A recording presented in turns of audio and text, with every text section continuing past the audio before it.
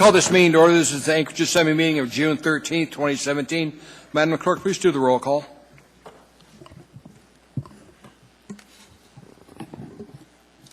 Mr. Weddleton. Here. Mr. Rivera. Present. Mr. Steele. Here.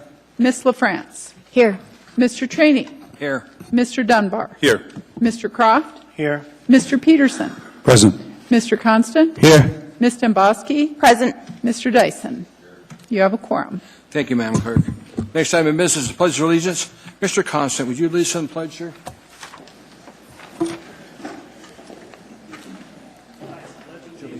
To the flag of the United States of America and to the republic for which it stands, one nation, under God, indivisible, with liberty and justice for all. Thank you, Mr. Constant. There are no minutes of previous meetings. Mayor's report, Mr. Mayor, sir. Mayor's out of town. No No, report sir, you're from the in. administration. Hold on, there's something else, I thought. Barbara, what was it? It's the Okay. Park Foundation. I think they're stepping in for the mayor.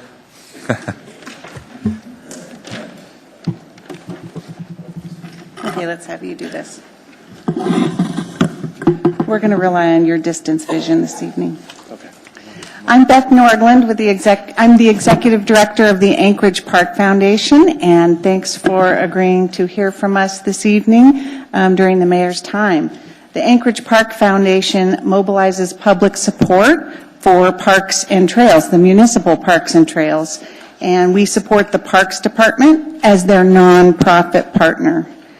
We work so closely with all the city officials that we have a weekly meeting with the Anchorage Park Foundation and the City Park Department staff that we call the Public-Private Partnership Meeting. And we are in constant contact on our project goals, on our fundraising, the building of our parks, and all of the celebrating we do. So you hear from us regularly on ribbon cuttings and park celebrations and extravaganzas. You have in front of you a 2-page 11 by 17 thing, and the page that says Neighbor Power, the public-private partnership that's working. That's what we're looking at right now. So through the public-private partnership, we are building community together through parks and trails. We involve donors, volunteers. We engage the community in meaningful ways. We inspire non-traditional partnerships. We stretch a dollar. We attract grants, and we produce park and trail results. Since our inception in the last 13 years, we've raised $35.6 million for parks and trails, and also in that time we have supported the passing of $27.9 million in park and trail bonds. We have improved 163 parks in that time period of our 226 parks that are in our suite of parks in the system. If you look at the left side of this handout, it talks about our history. We started in 2004, and that was the beginning of our long and fruitful relationship with the Rasmussen Foundation. As you move through the history, you'll see that we started with challenge grants for neighborhoods. We started working with neighbors on improving the parks near their homes. And we started the Youth Employment and Parks program in 2007. And then later we started building inclusive playgrounds all over the city. And by the end of this summer, we will have 13 inclusive playgrounds installed. And more to come on that initiative. We've been working with the business community on what we call the Trails Initiative through Live, Work, Play. And this summer we got to help start the debut of the Mayor's AmeriCorps program. So we've been hard at work. We've done a lot of work with the community and more to come. You'll see the events at the bottom left-hand corner. Tomorrow night, we have a fundraiser for the Anchorage Park Foundation, so you should come and make an investment in this public-private partnership. And the next day, Thursday, we have a volunteer event with Youth Employment and Parks, building a trail from Jodhpur, which is inside of Kincaid, down to the coastal refuge, and it's creating access to that beach. We're excited about that. It will be a sustainable trail, and you may remember that last summer, the community beat a hasty trail down to the whale carcass. That was so loved. So now it will be a sustainable trail instead of the trail to the whale carcass. And then there are possibly volunteer events and ribbon cuttings in your own neighborhoods. We have one in Folker Park, Valley of the Moon. We have Jewel Lake Park, and then we move into our ribbon cuttings more in late summer, early fall. We have one scheduled in Muldoon Park. So a lot of great events coming your way, and we will keep you informed of those as they go. But as Josh and I were talking about how to tell the story about the public-private partnership and how the funds that we raise and the volunteer hours that we put together leverage more community effort and more community support, we thought we'd tell a few illustrative stories. So Josh has a few. Sure. So Josh Duran, Park Superintendent. As Beth mentioned, there's a lot of success through this relationship, and I think some of the best things are the stories that we get to tell of how we actually create community in Anchorage. And one story is Campbell Creek Park. It's a park near Lake Otis and Tudor, and it was subject most evenings to negative activity. In fact, we were not allowed to have a rent-a-can there because they wouldn't provide one, because more often than not, it was burned down. So knowing that, we worked with members of the Assembly, including Mr. Trainey and Ms. Elvie Gray Jackson and T-Bop, Take Back Our Park. And we worked with the community to see what the community wanted to see there. And through that relationship, we built a new playground there, new plazas. And when you go to that park now, the difference is remarkable. You see families showing up with strollers, bicycles, coming by bus, coming by car.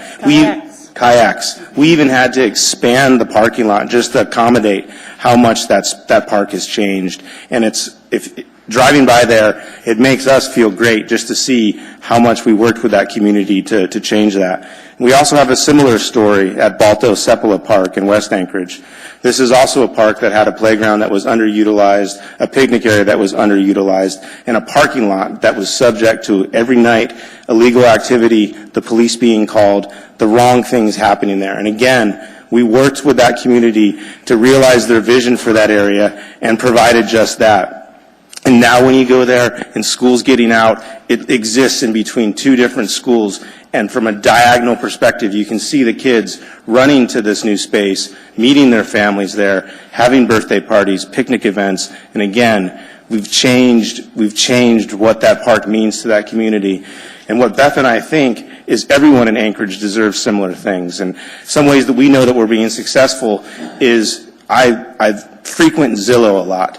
And when you look at homes for sale in these communities that we've changed, they show the projects that we've built there to help sell their home, because they're selling the community, they're selling that experience.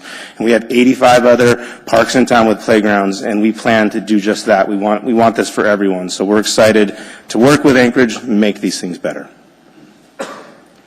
So I think my favorite before and after story is taking a visit with Senator Wielechowski to an underutilized area north Russian Jack Springs Park.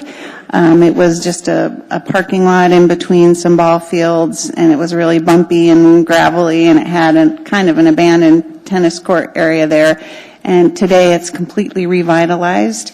The neighbors can't say enough about it. And it also, last year we put in a skate park, the first in-ground skate park. It is bustling with activity every night, and even during the week during school. When you drive by, there's still a lot going on. I find that curious, but it's a really fun spot.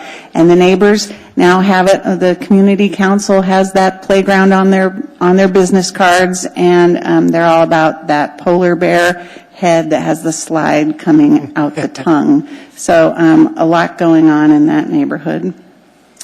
Another thing is we have youth employment in parks. This is a first-time job experience for high school students, and it's also a way to create future stewards of our park. And a good example of that is 3 years ago, Clark Middle School approached the municipality, and they had teamed up with the American Society of Landscape Architects, and a teacher there wanted to pick a park and redesign it and see how they could re-envision that park. That teacher was from our first year of youth employment in parks.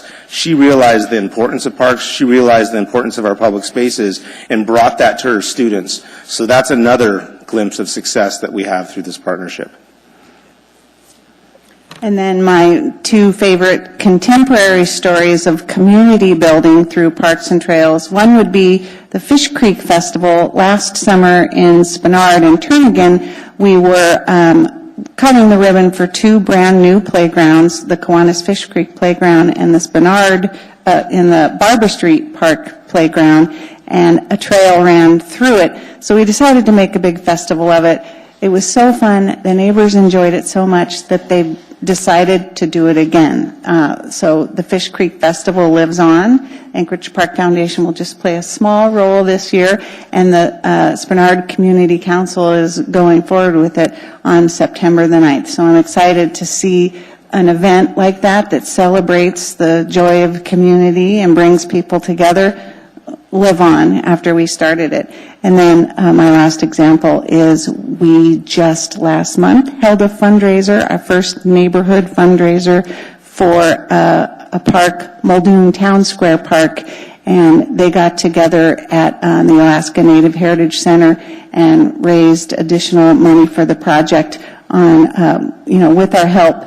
But it was really exciting to see the amount of community energy that Muldoon Town Square Park is going to be amazing. So it's just electric in the atmosphere with those neighbors. They're very, very happy, and we have played a role in helping bring those people together for a cause that they really care about, and we're proud of the work we do together.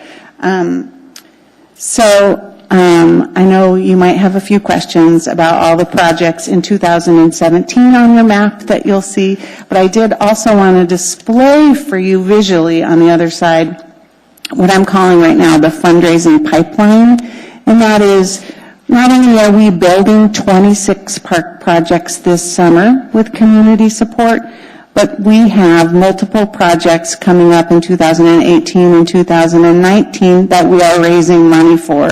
And so Beth Nordland's head is always a few years out. I'm working on how we can raise millions of dollars to get our next level of successful projects in the ground. So we have been talking to Assemblyman Dunbar about maybe inviting all of you to a work session, perhaps before your budget season heats up. If you want to know more about community building through Parks and Trails, we would love to talk with you about bonds, partnerships, and priorities for Parks and Trails. We know we have a lot more work to do, and we can do it with your constituents and with your help. Any questions? Well, thank you, Beth. Any questions from assembly members? Mr. Dyson has a question. Fred? Two-part question. I assume when you have so much community involvement that it correlates with less vandalism. Is that true? It absolutely does. When you're creating stewards of your teenagers and they're doing the work in the park, they're definitely influenced in a way that helps them take care of the land. And also when you bring more activity to a park space, more positive activity, the other activities move away. It doesn't necessarily get rid of them in society, but it moves them out of that park. Secondly, do you get much volunteer help and projects from the Boy Scouts? The Boy Scouts are active participants in our challenge grants, and they are often seen looking online, checking out the Anchorage Park Foundation website to see what projects it seems like the community has identified a need for. So we're often giving grants to Eagle Scouts and Boy Scouts and Girl Scouts to do projects in parks. But it inspires all kind of volunteer support. And I really admire and appreciate what you're doing with volunteers for all the right reasons. Thanks. I do want to add to that when we do our Rasmussen reports, we capture all of our volunteer time with a dollar amount per hour so that you can see the value of the volunteer hour. What's the hourly rate that you use in that calculation? We use a national number that you can just look up on Google. I think it's at about $23 an hour now. Thank you. Mr. Constant, sir. Thank you, and this is for both of you. Thank you for working on the trail wayfinding project. That's super important for our folks downtown. The part of it that I'm most excited about is the part that was generated by a group of neighbors that came and asked to provide some safety features within it that would identify so you could call to 911. And I talked with the police chief recently, and I would like to challenge you folks as well. In the more dense areas that have lighting, let's come up with a way to encode each light pole with a number so that it's not every half mile, but every 200 feet, you can clearly identify to EMS where you are. Thank you. It doesn't appear to be any other questions. Beth, I wanted to thank you for your work on Camel Creek Park. You took that park that had bad playground equipment and made it inclusive playground equipment. And you're right, there's a lot more people using it. And now with what Parks and Rec did, on the other side of the creek, we've got enough parking now for everybody. Now we can just get that bicycle path over Lake Otis. That'll solve the biggest problem that I see there. I worry so much about a kid getting hit there one of these days. Because you can tell them, oh, they can go underground if they go up half a mile. They don't do that. They walk, they look both sides, and they run as fast as they can across the street. One of these days, they're not going to make it. And so we got to make sure that becomes the number one priority for this town, is to get them over and across Lake Otis, Beth. The project that you've identified this evening is the highest priority for the Group of Trails Initiative people that are looking at safety spots in Anchorage. It's going to take some money, but we did pass a bond in April that would help us study Part of it was to study the preferred path. there. Right. But I think that we have our eye on some other kinds of funding sources to actually build that project now that we will have a study completed. Do you want to add to that? I think the thing I would add is, yes, we do intend to do the study. The unfortunate reality, though, is that what I foresee to happen is we'll realize that this connection predominantly benefits the trail user, not the mom with the stroller. So I think there needs to be another solution that accommodates that. Well, maybe we'll use federal dollars or something, because this is our priority, is to get people across that road safely. But one other thing in my area, Camel Creek Classic, I'd like to see that brought back. Years ago, we used to do that. I need your help, Beth. Okay. I need Parks and Rec. By next year, I want some concrete plans to make that happen again. Because I can remember putting my kids on that creek, and they would float all the way down there. We need to do that again in Anchorage.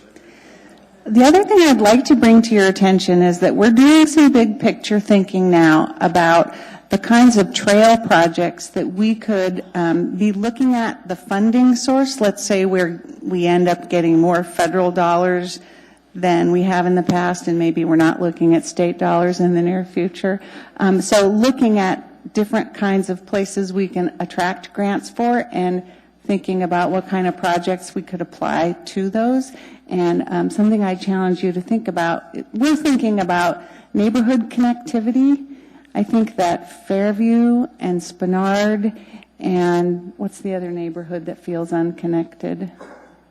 Oh, there's one more. Muldoon. Muldoon. Muldoon. Those three We have in our sites, and Government Hill, I don't even have that on my list as connector.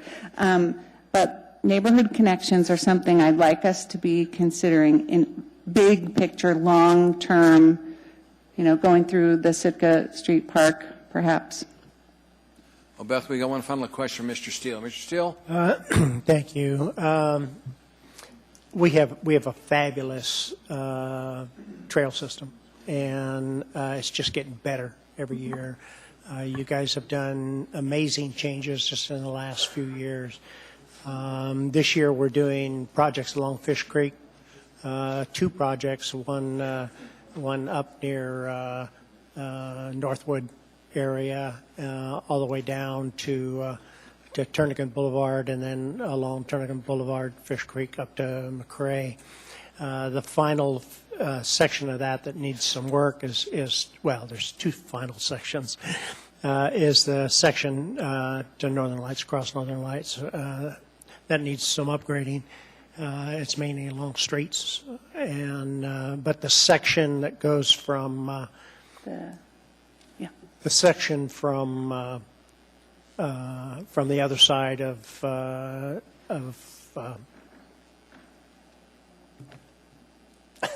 over in the Turnagain area along Fish Creek, the connection to the Coastal Trail. To the Coastal Trail, right. That's one that I hope everybody keeps the pressure on the administration to make it a priority and see if we can't find some creativity to get that done. That connection, I've been talking, of course, with Turnagain Community Council, which is very supportive of that project and getting that done. But if we take it along the west side of Fish Creek, you can make connections to the neighborhood of Turnagain along those cul-de-sacs and take it down. And I know the railroad's an impediment to a certain extent.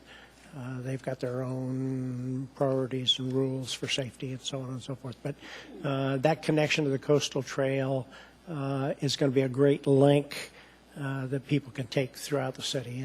And the more of those connections we can do, and I know that's a priority for you, the better. And good job for what you do. It's impressive, just the few years that I've been on the body, to see where we've gone. So thank you. Thank you, Mr. Steele. Thank you, Beth. Thank you for being here. Thank you. I'd like to inspire you to continue thinking about how you can work with your constituents to make what they want to see happen in their neighborhoods a reality. And we would really be interested in meeting with you for a work session if you want to invite us to something like that. Because we'll make that happen, Beth. Thank you. And hopefully we'll see some of you tomorrow night at the fundraiser at Governor Sheffield's house for the Anchorage Park Foundation. Thank you. Next item of business on the agenda is Assembly Chair's report. I think we've taken enough time. We don't need that. Committee reports. Let's go down through the committees. Mr. Wilton, sir? Nothing to report. Mr. Rivera, sir? Thank you, Mr. Chair. Just want to briefly report on the tour that several members took to Beans Cafe and Brother Francis Shelter. Assembly members got a chance to take a look at the new respite center at Brother Francis, and we got a chance to sit down with some of the clients at Beans and have good one-on-one discussions. So I think it was fruitful. Thank you, Mr. Chair. Thank you. Mr. Steele, sir? Thank you, Mr. Chairman. Enterprise Committee on the 15th, we're going to have a discussion about with the utilities in terms of a MOA utility dividend. So we're going to talk with MLMP and AWW and Solid Waste Services, and that should be fun. And then we have a tour of Plant 2A scheduled for the 15th. And what we're proposing there is to meet down at MLMP headquarters down in the basin on 2nd Avenue, and they have a 16-passenger van, and they'll shuttle people out to Plant 2A, which has a little less parking, and so that'll be a good opportunity, and I hope everybody will take advantage of it. Mr. Steele, could you get with the clerk's office, make sure that's sent out by email to all the Assembly members, and then we'll know what the count is and make sure we make public notice of the fact we're going out there as a group. Fantastic. Thank you. Ms. LaFrance, ma'am. Thank you, Mr. Chair. Nothing to report. Thank you, ma'am. Floor, sir. Thank you, Mr. Chairman. The Transportation Committee met in May and had a good discussion of the Transportation Network Company bill that passed in Juneau that preempted local regulation. At this point, there is no Transportation Committee meeting in June. I hope to work with the taxi cab industry to do a follow-on ordinance to the ordinance we passed in December to resolve some regulatory issues there, but as of yet, there is no product. So look for that in July. Thank you. Thank you, sir. Mr. Croft, sir. Thank you, Mr. Chairman. The Public Safety Committee meeting was held on June 8th. The next meeting will be July 5th. If that works for members, it's awful close to the July 4th holidays, but after them, so we'll make sure that that's convenient for people, and then we can get a quorum. On June 8th, we heard from Captain, but soon-to-be Chief Justin Dahl. I had a good discussion with him about our concerns and our constituents' concerns on public safety. And he promised that we would have a continued discussion over the summer about how he rolls out some of the new officers that we're putting on the street in ways that maximize their efficiency and meet the concerns that we in the public have. We also then had a good discussion about how you measure crime and how we can know if we're making progress on particular areas, and we'll continue that. I tasked people with sending some of the comments back from that. Mr. Dunbar was away on military service, but everyone else was there. And so we can do that. If you'll send me any of your comments on what we should measure and what and how we should do it, I'll try and compile those for the next meeting. At the July meeting, we'll also incorporate AFD, particularly on getting a handle on the opiate issue, trying to understand how that might be driving some of the property crime we see, and also working with the prosecutor's office. So that'll either be on July 5th, or you'll get notice that we've moved it if people's schedules conflict. Mr. Croft, what was the result of your committee relative to the approval of the new chief of police? There was a unanimous recommendation that we recommend to the body. All 10 of us recommend to the 11 of us that we confirm him as the new chief. Thank you, sir. Mr. Peterson, sir. Thank you, Mr. Chairman. The Ethics and Election Committee met on May 24th, and we heard from Deputy Clerk Amanda Mosier about how the most recent election in April went, and how the election equipment might be coming in for vote by mail coming in later this summer. And we also talked about creating a mock election to test the new equipment, so we'll be sure that it will work for next April's election. And we also talked a little bit about some of the ethics changes in the most recent ethics rewrite, and how that was presented to the new members at our training. That was basically what we did. It took us an hour for that. Thank you, sir. Mr. Constant, sir. Thank you. The AMATS committee policy committee did not meet last month, but it is scheduled to meet next week, Thursday, the 22nd, to take up the question of the freight mobility study that's been delayed, and also, I believe, some discussions about the MTP, the Metropolitan Transportation Plan. Thank you, sir. Mr. Bosky, ma'am. Thank you, Mr. Chair. I don't have a committee report, but if I could take a moment for some personal comments. Go ahead, ma'am. Thank you, Mr. Chair. I didn't hear an update at the Public Safety Committee or in the Mayor's report, but I think probably all of us share in the comments that I'm about to make. Obviously, police and fire take significant risks to serve our community. In this past week, a firefighter over Station 5 sustained a serious and could be life-threatening injury. And I think we can't let this opportunity go by to let their family know, and the crew and those that serve in public safety, that we are appreciative for their service, their sacrifice. And it's just a humbling and sobering reminder how dangerous it is to serve in our community in some of the positions that we employ here in the municipality of Anchorage. So to the Schultz family, our prayers and our hearts are with you in this difficult time. Thank you, ma'am. Mr. Dyson, sir. Yeah, thank you, Mr. Chair. The Audit Committee has not met.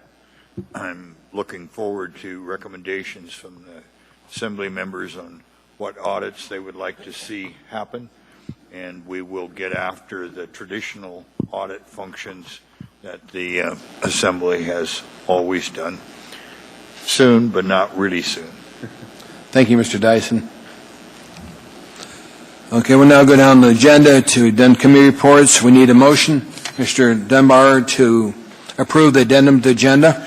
I move to approve the addendum to the agenda. I'll go through it. Incorporate. So I Sorry. move to incorporate the addendum It's to my the consent fault. agenda. Okay. Is there a second? I'll go through it. I apologize.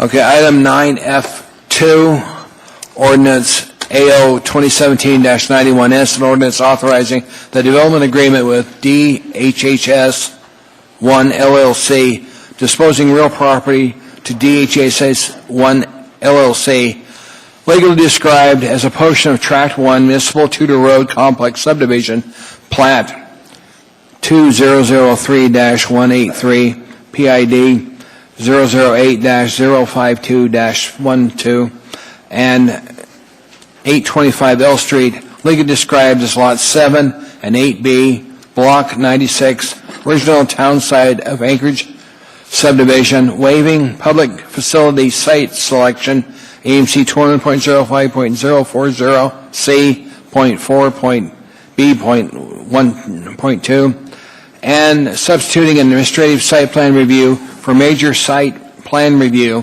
AMC 20.05.040C.4.1.B.1, Office of Economic and Community Development, Real Estate Department. Public hearing request on that is going to be 6/27/2017. There's another one that comes with it, a C, that is Assembly Memorandum AM 427/2017. Sorry, 497/2017. Coming down a little bit further, we have item 9F3, ordinance AO 2017-92, ordinance of the Anchorage Municipal Assembly, amending chapter 10.50 of the Anchorage Municipal Code to clarify the procedures at bar safety hour permit from Assembly Chair Trainee. Public hearing requested is 6/27/2017. A after that is Assembly Memorandum AM 482/2017. Item 9F18, ordinance AO 2017-95, an ordinance of the Anchorage Municipal Assembly amending chapter 10.80 of the Anchorage Municipal Code, updating and clarifying the non-transferable nature of municipal marijuana establishment licenses and the procedure for renewal and for transfer of interest in a license that is a non-natural person, and providing for a retroactive effective date to May 1st, 2017, Assembly Memorandum Wilton. Public hearing request on that is 6/27/2017. A after that is the same memorandum, AM 483/2017. Under continued public hearings, we have item 13A, ordinance AO 2017-51, ordinance AO 2017-51S, an ordinance of the Municipality of Anchorage, Anchorage Municipal Assembly, ordinance of the Anchorage Municipal Assembly amending Anchorage Municipal Code section 4.60.275 to provide for a youth representative to the Anchorage Assembly. Public hearing, Assembly Member Crofton Rivera. Item 4 after that is Assembly Memorandum AM 480-2017. On the back side, there's item 14, be 9F14. Under new public hearings, it'll be item 1, ordinance AO 2017-84, and ordinance AO 2017-84S, an ordinance of the Anchorage Municipal Assembly, adding a new section to the Anchorage Municipal Code, Chapter 8.65, to provide immunity from prosecution for certain persons allegedly engaged in prostitution when they report serious crimes and cooperate with law enforcement. Assembly members Rivera, Dyson, and Constant. After that is Assembly Memorandum 481/2017. And there, item J on there, clerk's note, the clerk's office understands the sponsor intent to postpone this item at the Assembly meeting of June 13, 2017. I think we'll have a change on the date on that one.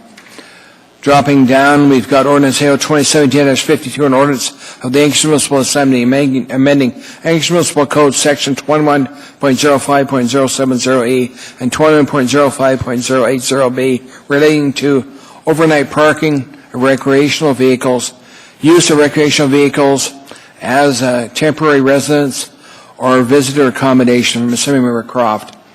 And accompanying Assembly memorandum with it is AM 227-2017. Is there anything that needs added to the addendum of the agenda? Ask for unanimous consent on the inclusion of the addendum of the agenda. Seeing no opposition, Madam Clerk, we've amended the document in front of us. And there are no laid on the table items. So I'll need a motion on the consent agenda as amended. Mr. Dunbar? Move to approve the consent agenda as amended. Second. For a second, okay. Now we're going to go down for those members that want to pull items for further discussion. Mr. Whittleton, sir. I'd like to pull 9A1 for reading. I'd like to pull 9D13. 9D13? Correct. And just to comment on 9F18 regarding the marijuana licensing, that will go to the Community and Economic Development Committee's meeting 9 a.m. on June 22nd. Thank you, sir. Mr. Rivera, do you want to pull anything, sir? Thank you, Mr. Chair. I'd like to pull item 9 Alpha 3 for reading. And that's it. Thank you, sir. Mr. Steele, nothing? Mr. France, anything? Mr. Dunbar, sir? I'd like to pull out item 9 Alpha 2 for reading. That is all. Okay. Mr. Croft, sir? Nothing to pull. Thank you. Mr. Peterson, sir? Thank you, Mr. Chairman. No items this evening. Mr. Constant, sir? Yep, thank you as well. No items. Thank you. She shook her head for a record. Mr. Dyson? Anything, sir, you want to pull? Okay. We have pulled item 9A1, item 9D13, item 9A3, item 9A2. Anything else, Madam Clerk? Okay. Let's vote on the consent agenda as amended, with exception of those items that were pulled for a little further discussion. Please vote. That's approved unanimously by the body. We're now going to go back to those items that are pulled for a little further discussion or presentation in some cases. Item 9A1, resolution of the Municipality of Anchorage recognizing and honoring Tamara R. Tammy Oswald for retirement and for over 12 years of service with the municipality. Mr. Wilson, you pulled that, sir. Move to approve. Ask Second. Ask unanimous consent. See no objection, Madam Clerk. That is approved. Mr. Wilton, sir. This is a resolution of the Municipality of Anchorage recognizing and honoring Tamara R. Tammy Oswald on her retirement and for over 12 years of service with the municipality. Whereas Tamara R. Tammy Oswald began her career with the Municipality of Anchorage in 2004 as a property management officer in real estate services and has served the public faithfully and diligently for over 12 years. And whereas Tammy will be retiring from her position as land management officer in the real estate department after stepping down as a director in preparation for retirement on June 13, 2017. And whereas Tammy has faithfully served as the property management office, director, and land management officer for the real estate department, and whereas her public career has spanned the administrations of mayors Mark Begich, Matt Clayman, Dan Sullivan, and Ethan Berkowitz, and whereas under her direction, the municipality artfully acquired the Bering Street Maintenance Facility, the tire shop property, the APD firing range, and completed too many more acquisitions, leases, sales, and permits to list. And whereas Tammy's extensive real estate experience, attention to details, and level-headed approach to contract review and negotiations brought tremendous value and benefit to the municipality. And whereas her warm Hawaiian sea breeze approach to leadership and life has bestowed a gift upon those she has touched, collaborated with, mentored, and led.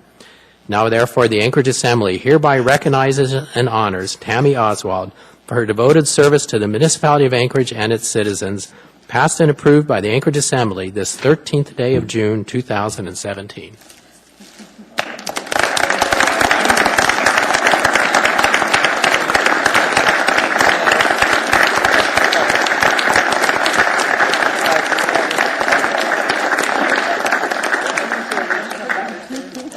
Chairman Cheney, Assembly members, We apologize. They actually did have a plane to catch. We knew it was going to be a very tight schedule. We're a little delayed. We hope to get her in and out before they went to the airport, but we'll accept this on her behalf. But believe me, she is here in spirit. Thank you so much. Appreciate it. So much. She did a lot for this She town. did. She did. We're going to miss her That whole terribly. list of things she did is remarkable. Yes. Thank you very much. Next item that was pulled is item, let's see, let's go through we're going to change them around and just go through them. We're going to do 9A2. Next item is item 9A2, resolution of the Anchorage Municipal Assembly recognizing June 17, 2017 as Juneteenth Day in Anchorage. I need a motion to approve that. Move to approve. Second, ask unanimous consent, seeing no objection by the body, Madam Clerk. That is approved. Who is here to receive that? Come on down. Whereas Juneteenth is the oldest nationally celebrated commemoration of the end of slavery in the United States, and whereas Juneteenth Day recognizes June 19, 1865, when Union soldiers arrived in Galveston, Texas, to announce the war's end, and that all slaves were free in accordance with the executive order of President Abraham Lincoln. And whereas it took nearly 2.5 years after President Abraham Lincoln signed the Emancipation Proclamation for the word to reach the last group of slaves that they were free men and women. And whereas this year will mark the 152nd year of Juneteenth celebrations and the 22nd anniversary of organized events celebrated here in Anchorage.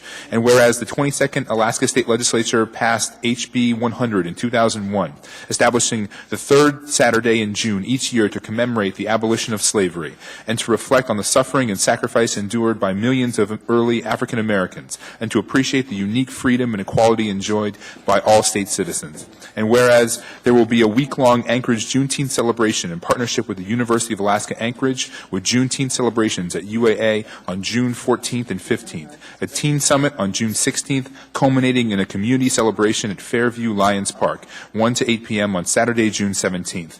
Now, therefore, the Anchorage Assembly recognizes June 17, 2017 as Juneteenth Day and encourages the Anchorage community to participate in local events to celebrate African American freedom, heritage, and contributions to our American culture. Passed and approved by the Anchorage Assembly this 13th day of June, 2017. Thank you so much. We appreciate it.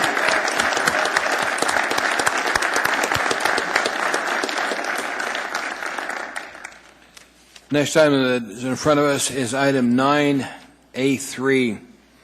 This is AR 2017-215, a resolution on the Municipality of Anchorage Assembly recognizing Alaska Pride Fest 2017 and encouraging the Anchorage community to celebrate the diversity of the state of Alaska. I need a motion from you, Mr. Rivera, to approve. Move to approve. Is there a second? Second. Unanimous consent. Seeing no objection, that is approved, Madam Clerk. A resolution of the Anchorage Municipal Assembly recognizing Alaska Pride Fest 2017 and encouraging the Anchorage community to celebrate the diversity of the state of Alaska. Whereas Alaska Pride Fest is sponsored each year by Identity Inc., an organization that provides a full range of lesbian, gay, bisexual, and transgender LGBT community services as an Alaska 501c3 nonprofit organization. And whereas Alaska Pride Fest 2017 is a week-long celebration of Alaska's diversity and of the LGBT community, and the 2017 theme is Fabulous 40, 4 Decades of Pride, and whereas Anchorage residents can join the festivities beginning on June 17th through June 24th, 2017, including the Alaska Equality Parade in downtown Anchorage on Saturday, June 24th at 11 a.m., culminating with Pride Festival on the Delaney Park Strip with entertainment, vendors, and food from 12 noon until 5 p.m.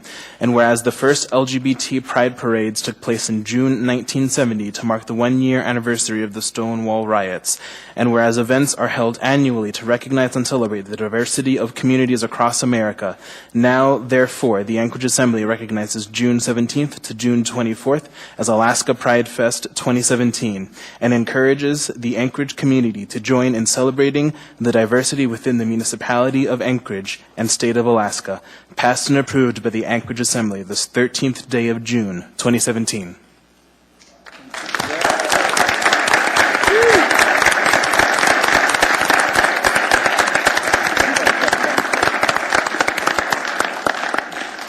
My name is Gail Shue, and I'm co-chair of the Board of Identity, and our illustrious Pride Chairman, also a member of the board, Shelby Wilson. We are joined today by members of the Pride Committee and by the Board of Identity, and want to welcome you, want to have you enjoy this moment with us. My favorite Pride memory came a few years ago at the Saturday market when a young boy looking at our rainbow merchandise said, "Mom, what's a pride?" And she said, "That's when you get to celebrate loving who you are." So I want to tell you, we have quite a celebration planned.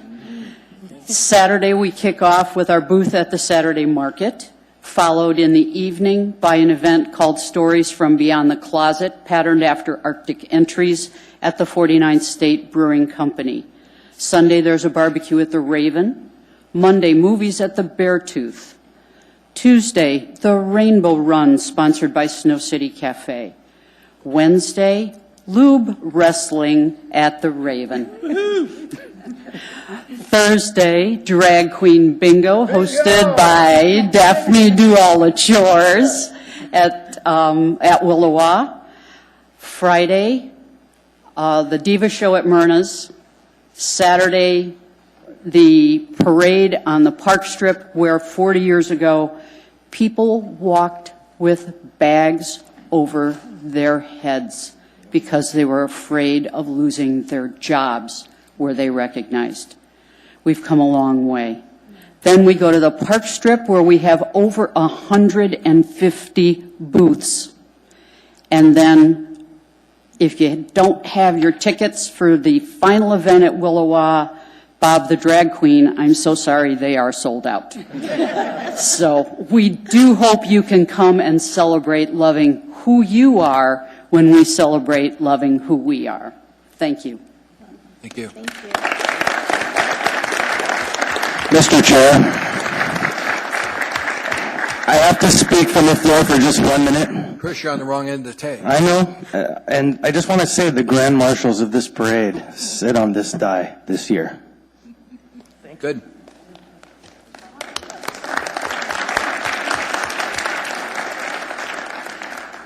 We're now down to item 9D13. Item 9D13, do you have a different one? John, did you pull F or D? I pulled D. He pulled D. Okay. Okay, item 9D13 is, let me read it to you. Let me get there. I know, I'll just bring it up. Okay, 9D13 is the memorandum AM 447-2017, contract amendment number 3 to contract 2016-0041 with Zico Consulting, LLC, Zico to provide independent third-party overview and consulting services of the Synergy Project for the Municipality of Anchorage, Department of Assembly, Clerk's Office, $32,000, Purchasing Department. I need a motion to approve that. I need a motion on the floor, John, so if you don't want to, I'll get somebody else to do that. It's your choice. Someone might. Move What? to approve. Second. Okay. John? But I'll speak to it.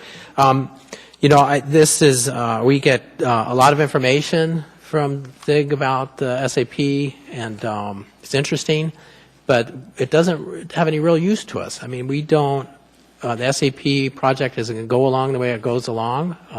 We could recommend pulling the plug or not, but the monthly reports, there's just no action that we would take as a result of those, and I'd just as soon thank him for his work and keep the $32,000. Okay. Mr. Croft, sir, on this issue? Yeah, I disagree, and I didn't make this particular one, but made the prior one to extend his contract to this date. It's difficult being a legislative body overseeing a complex and troubled, we can all say at least, project. It's not our job to manage it, but we've seen such tremendous cost overruns over two administrations. We primarily inherited this mess from the prior one, but we're in this situation where, without really good information from a person who has more expertise than anyone up here on what particular aspects are going wrong, all we have is this sort of end-of-the-year authorize or don't. And in this case, we just continue to pay for cost overruns on a project. The way we do that well, and we don't always, as legislatures, do it well, is by having that kind of consultant expertise, by being able to have particular goals that you set for them, and this consultant helps us do that in this complex area, and then having them meet them.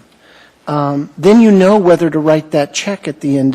And while I don't want to spend the 48 before necessarily, or the 32,000 now, we're talking about multiple millions, tens, hundreds of millions of dollars on this project. And so tens, but they total up to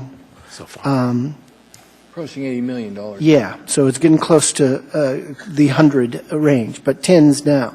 And so I think this is money tremendously well spent to have our to have a way to understand that complex process. And without it, the alternative is really is an oversight that really lacks a lot of depth. And so I think this is cheap for the benefit we get.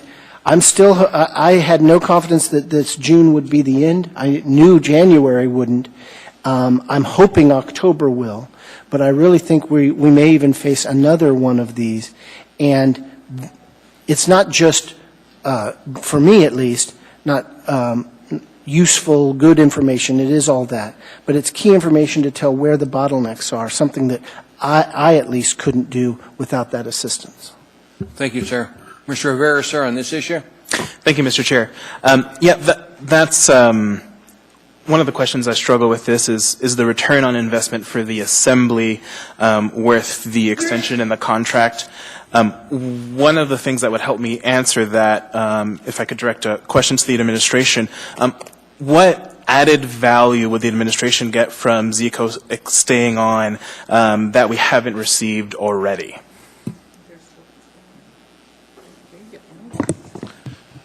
Mr. Chairman, Mr. Rivera,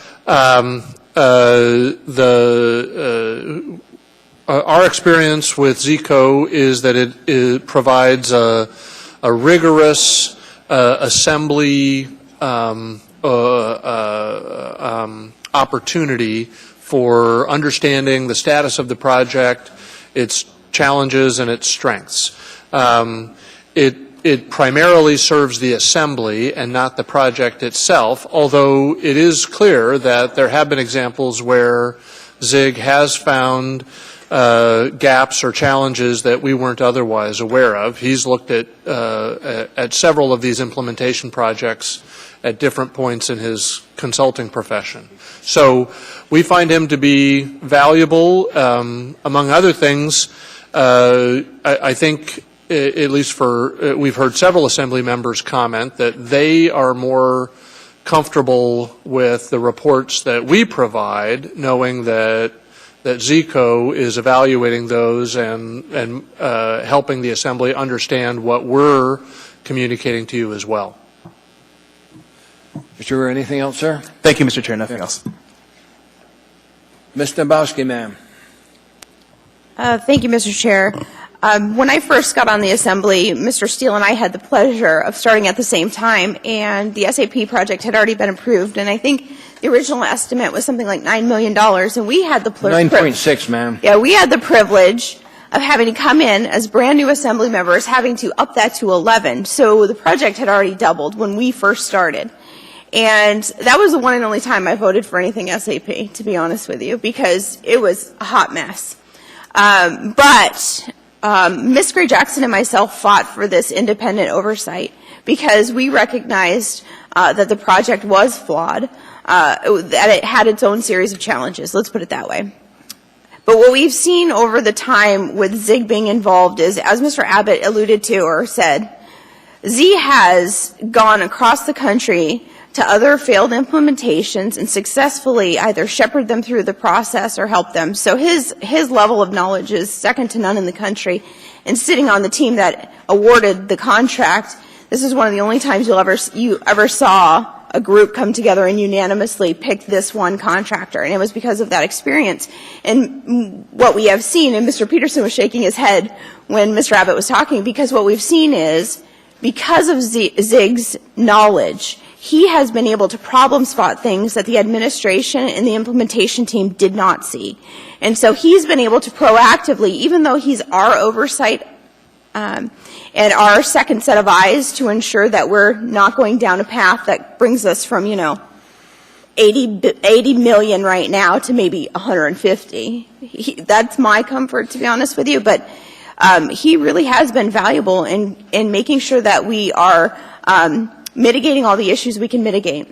And it's frankly been valuable to have him there. Not only does it give you a level of comfort, but I think beyond the level of comfort, we do things all the time that we aren't comfortable with, but you have to make a decision.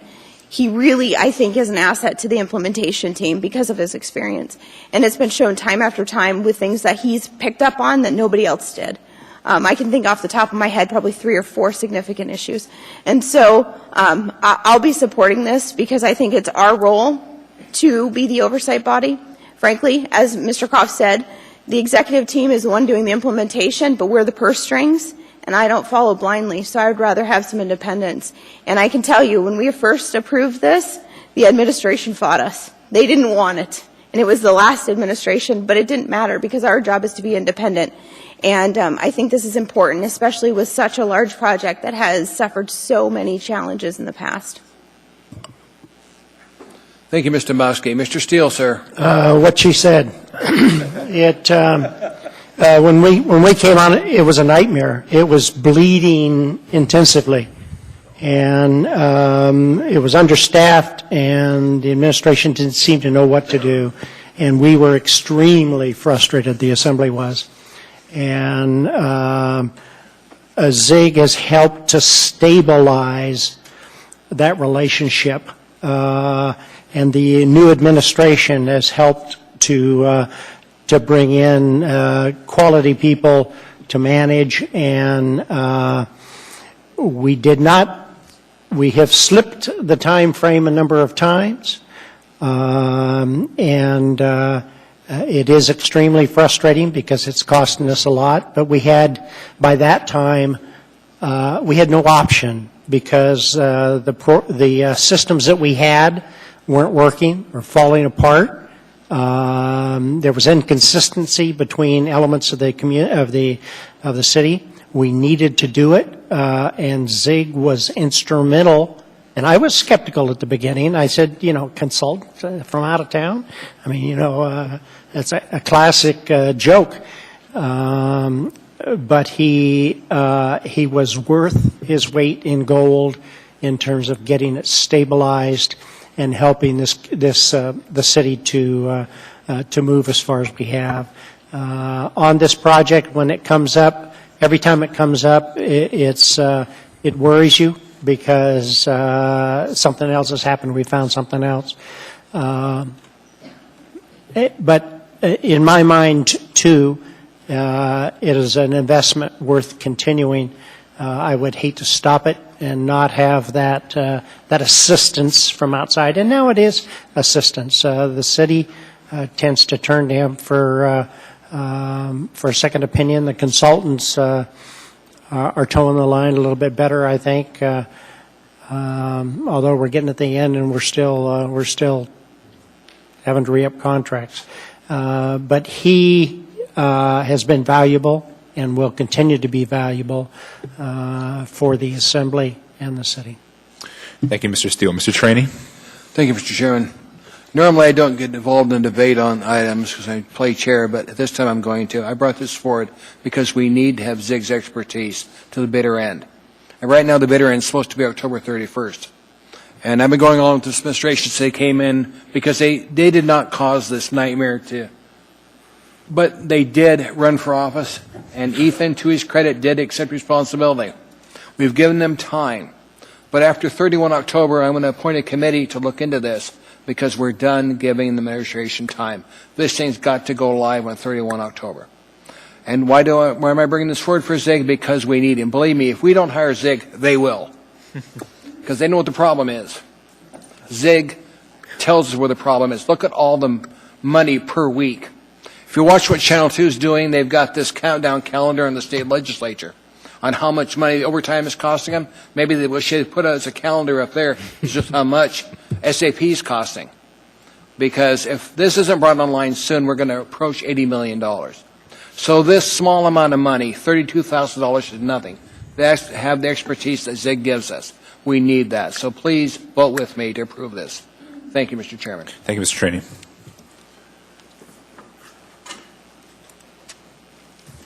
Mr. Peterson. Well, thank you, Mr. Chairman. And I am not an expert in ERP systems at all, and I don't know how many of us on this assembly are. And so Zig has got the expertise and experience to explain to some of us what exactly is going on.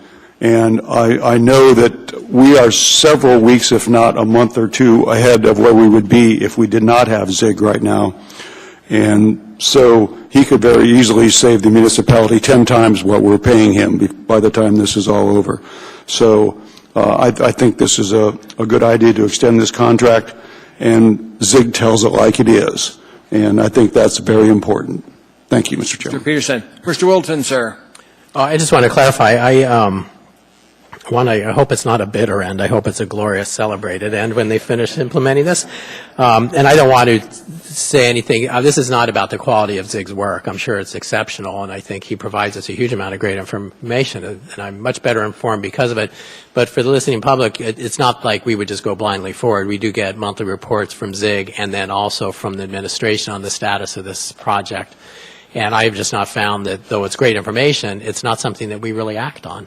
And then why buy it? So anyway, thank you. I've said enough. Thank you, Mr. Constant, sir. Yeah, just briefly, it's really telling that there's a company that has an industry that chases behind them and helps to fix their problems, and that's kind of a nightmare.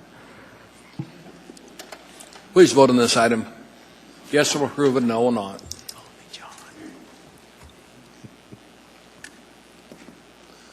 Items approved 11-1. 10-1. Can't even count. Okay, that completes our consent agenda. We're now down to 6 o'clock, which is persons to be heard. Is that it or HLB? I know, but We could do them. let's do it. Let's take persons to be heard. Let's get it done. Well, it's at 6. You can take it. What time is it now? But 11A is first. It's 12. No, but persons to be heard. Okay. Okay. I'll change the order.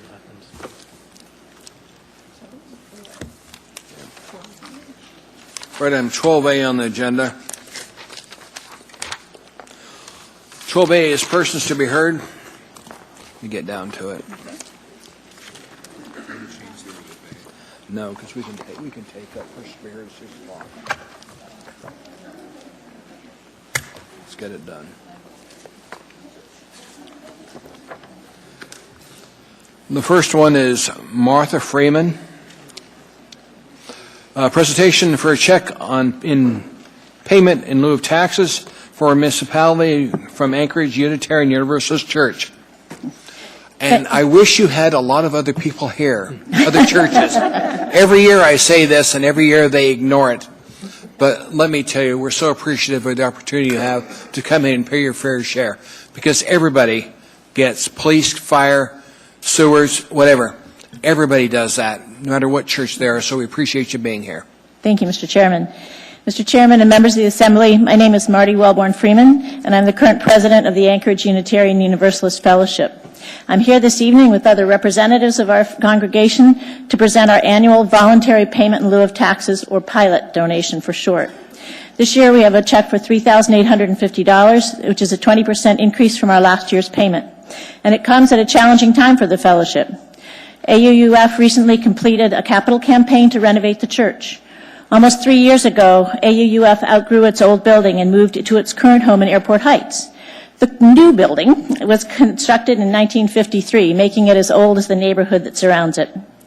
This renovation will ensure safe physical access, improve spaces for worship, events, and offices, and make the building an even better place for both church and community events. In the 3 years since moving to Airport Heights, the fellowship has hosted community council meetings, teacher trainings, opportunities for lifelong education classes, AA meetings, and other events, and provided garden space for the local elementary school. The fellowship is committed to increased pilot donation and to the investment in Airport Heights community, not in spite of difficult economic times, but because of them. AUUF believes that we all need to contribute to sustainable solutions for Alaska and Anchorage. We understand that as members of a community, we have a responsibility to help support the public services that support us. We're grateful to Anchorage's police and fire services. We're grateful for snow plowing and public schools. In Unitarian Universalism, we have 7 principles, and number 5 is the right of conscience and the use of the democratic process within our congregations and in society at large. In support of this principle, in affirmation of the separation of church and state, which protects religious freedom in America, and in gratitude for our city, we are pleased to present our voluntary payment in lieu of taxes. Thank you.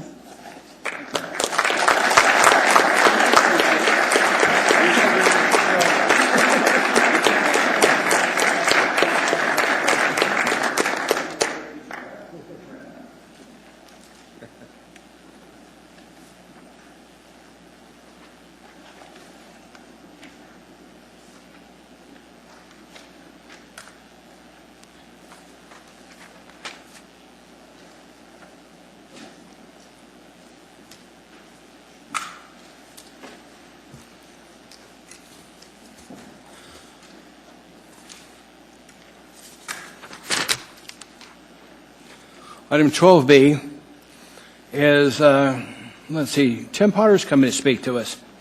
Presentation of check to municipality to offset costs of maintaining the ice. And again, it's good to see you, sir. Mr. Chairman, members of the Assembly, my name is Tim Potter with Anchorage Gates, Peter Heusler, Jim Rinkert, and John Monroe.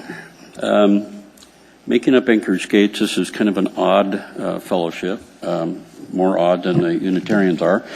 But we enjoyed last year so much being on the same agenda night that I asked the clerk to make sure that we knew when the Unitarians were here because you needed a double dose of good news. So as Anchorage Gates goes, those new members on the Assembly may not be aware that in Cuddy Family Midtown Park, there is a constructed oval, which is exactly 400 meters in distance, and it's the 6th regulation-size speed skating oval in the United States. We are a winter city, and we think that we should celebrate that. Also, it gets a significant amount of use the rest of the year as a fitness oval and activity area for young children to learn how to ride their bikes without fear of getting run over by a car in their neighborhood. We have challenged folks, both physically and mental, that use the area as a safe area to work out, get physical rehab. We have folks that have successfully survived a stroke and/or heart conditions that use the area. One of my favorites is a paraplegic young man who has his motorized wheelchair towing with a bungee cord his buddy on a skateboard out there spending time in the park getting a little bit of air through their hair. The city contracts with a private contractor to take care of and maintain the ice at the oval. The Speed Skating Club through Anchorage Skates original deal indicated that they would have two-hour times, actually 3 2-hour times during the week, that they would have sole and exclusive use of the speed skating oval. Anchorage Gates, while the Speed Skating Club doesn't necessarily use that time exclusively every week, the general public has almost full use of it 24 hours a day if they'd like, including under the wonderful LED lights that we have. This is our 8th year now of raising $10,000 to donate back to the city in appreciation for the great maintenance job they do on the ice. We think it's what we can do. Hopefully we'll be able to continue to raise this much every year to help offset those costs. It is Zamboni 3 days a week. It is a great spot. Anchorage Skate sponsors, with the help of the Community Park Foundation and Parks and Recreation Department, a solstice skate every year. It's a party with free sleigh rides and skating and hot chocolate, food, all kinds of things. So in the fall, you'll get a new Anchorage Skates pin. They're a collector's item now, and those of you that got one last year, I didn't wear mine today, I'm sorry, but I'll be bugging you about that. So with that, I would like to add that in the last few years, we've done some great additions out there, adding the LED lighting. We've got a former assistant coach of the Dutch national speed skating team. That is very complimentary. Head coach? Okay. Now he's got an orange coat. What do I know? He's been really great to have in town, not only because of his efforts in getting people out to skate, but kids as well. But indicating that, in fact, we've done it pretty right. In his opinion, we've got the best outdoor lighting at a speed skating oval facility, an outdoor facility, probably the most picturesque location in the world for an outdoor skating oval. And with his encouragement, more and more skaters come out. We will get you a newsletter when it's published so you can see what we've been up to, and I will present this to Mr. Dunbar. I expect to see you out there on December 21st every year, winter solstice, great party, free sleigh rides. Come out, enjoy it. Those of you that don't skate, come out anyway. It's a great place to hang out. And this time of the year, it's another great place to come and see all the different things that are happening out there. Great park facility.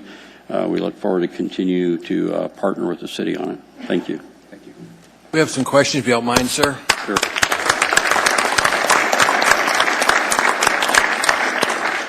Mr. Constant, sir. Thank you, Mr. Potter. I have just one question. How do you raise your revenue?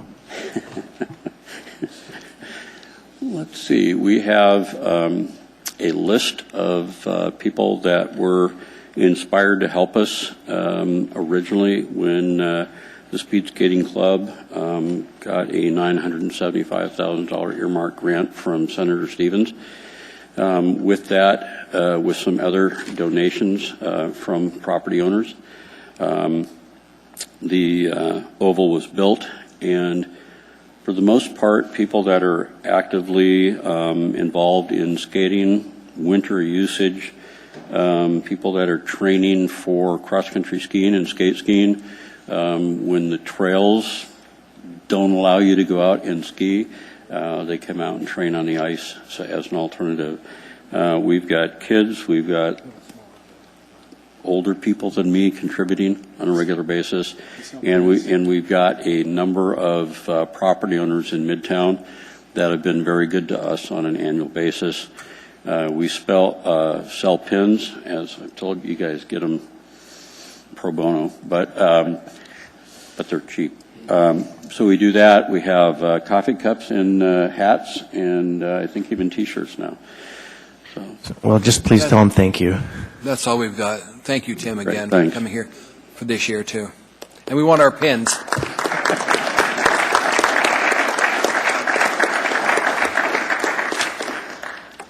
You got to pay for those, Mr. Chair. What, sir? You have to pay for those. The next item in front of us, we've got Mr. Ken McKay, wants to speak about segways on bike trails and sidewalks. Ken, welcome to the meeting, sir. Thanks.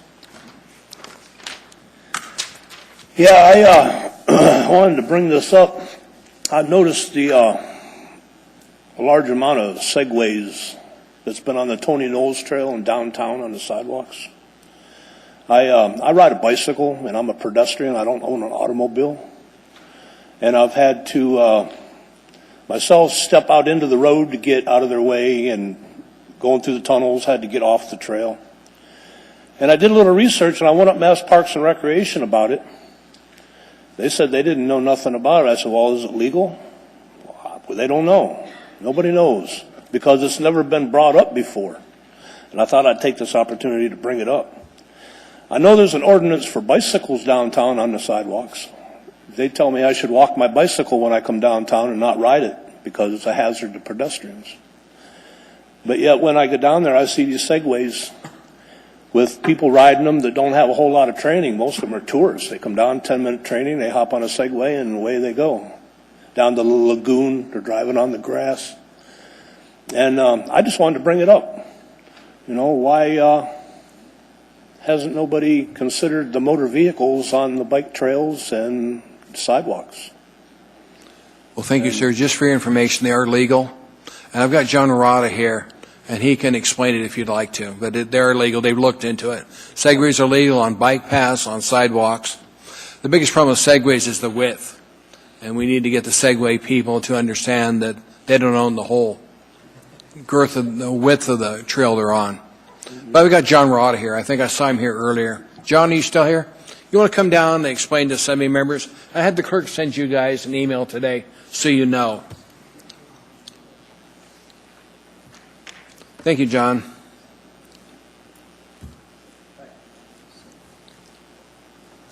Through the chair, if anybody has any questions, I can go through it, but I think I sent you the information. You did, and I had it sent to Assembly members. Okay. But basically under, and actually you referred to this in the AO last year when you talked about the electric bicycles. Right, should we authorize If you take a look at the second or third page on that, it actually spells out within 27, in chapter 27, it identifies specifically under item B.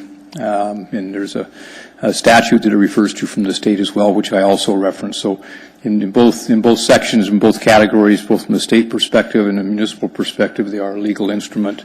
They are allowed. They are not allowed on other trails. They're not allowed on dirt or unimproved trails. They are allowed only on the paved trails. Yeah. Question from Assembly members. Thank you. And I guess part of the problem was he called somebody's department, the city, and they didn't have a good answer for him. If we could at least let the city people know so if they get another call. It's often the case sometimes, and I apologize, you may try the best number you may have, and some individuals it could be at a rec center, it could be somewhere else. They're not totally briefed on all the rules that apply to Parks and Rec, but at any time you have a question, you can always call our administration office. So I'd be glad to help you. Thank you for being here, John. Yep, Appreciate it. thank you. And thank you for bringing it to our attention, sir. I got one other thing. I'd just like to make a statement that since it is legal, have you ever thought about changing that law? Okay, we haven't. I don't know if we've thought about it, but you brought it to our forefront. Thank you. Yeah, okay, thanks. Thank you. Okay, we're now down to where we can take our dinner break. Let's take our rescheduled dinner break. Come back in about 20 minutes, and we'll finish up the rest of the agenda. Let's set this for 20 minutes, Barbara.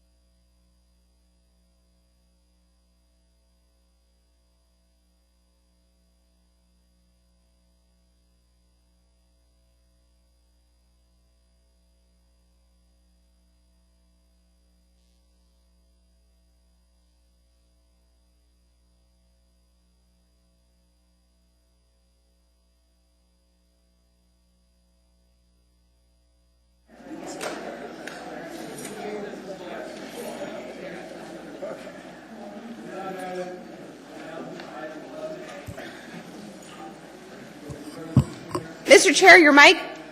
Mike?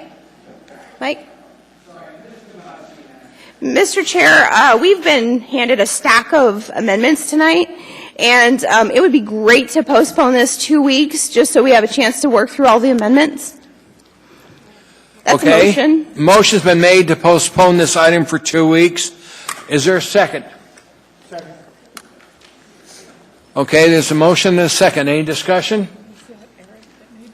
Eric made the second. Any discussion? If not, please vote.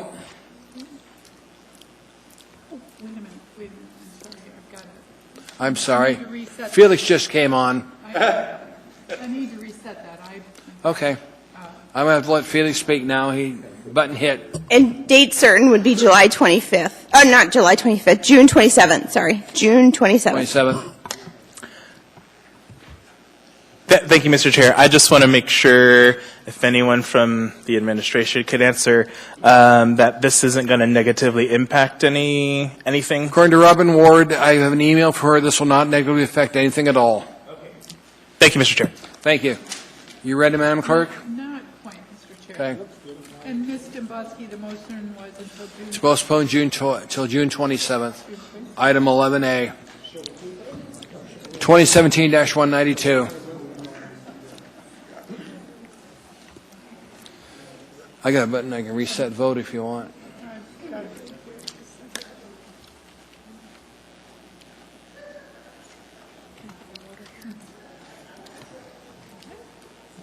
You ready? Okay, please vote. So Mr. Weddleton is absent? Mr. Wilton's absent. It's then approved 9-1. This item will come back in front of us again on the 27th of June for action. Thank you, Ms. Dombrowski. Next item in front of us is item 13A, continue public hearings. This is ordinance item 13, ordinance AO 2017-51, amended an ordinance of the Anchorage Municipal Assembly, an ordinance of the Anchorage Municipal Assembly, amending Anchorage Municipal Code section 4.60.275 to provide a representative to the Anchorage Assembly. Public hearing this item is still open. Anybody wishing to testify, please come forward, state your name clearly for the record, and spell your last name. Tell us what part of town you live in. Hearing and seeing none, public testimony is closed. What's the wish of the body? Mr. Rivera? I move to postpone this until the meeting of September 12th. Second. Mr. Chair. Yes, ma'am. If I may, for just a moment, to the maker of the motion. In the work session, you were talking about letting the youth, when they get back to school, kind of weigh in. Do you want to continue the public hearing until the next meeting, or do you want to actually have it closed? Thank you, Ms. Dombrowski. That's a good point. I would like to continue the public hearing. Okay. That's fine. Okay. The clerk's considered that as a new motion. So the motion then is to let the public hearing stay open till what date, Felix? To reopen the public hearing at the meeting of September 12th. Second. Motion first and a second. You understand what's in front of us? Any discussion from Assembly members? Just give me 1 second to get everything in, please. Okay.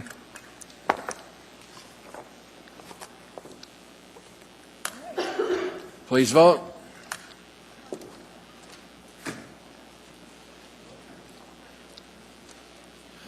Are we missing somebody? He's absent? Okay. That is approved by the body. It'll be back in front of us in September. Next item in front of us. Mr. Rivera, you wanted to make a motion, sir. Thank you, Mr. Chair. Remember? I want to move to change the order of the day, move item 14I up before 14A. Moved and seconded. Is there any objection to the body?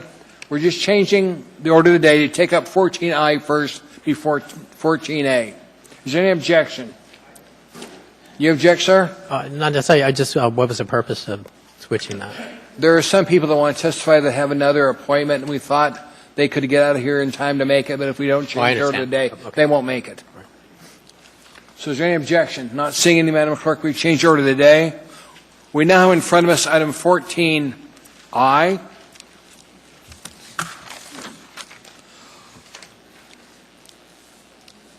Item 14I is ordinance AO 2017-84, an ordinance of the Anchorage Municipal Assembly, adding a new section to Anchorage Municipal Code, Chapter 8.65, to provide immunity from prosecution for certain persons allegedly engaged in prostitution when they report serious crimes and cooperate with law enforcement.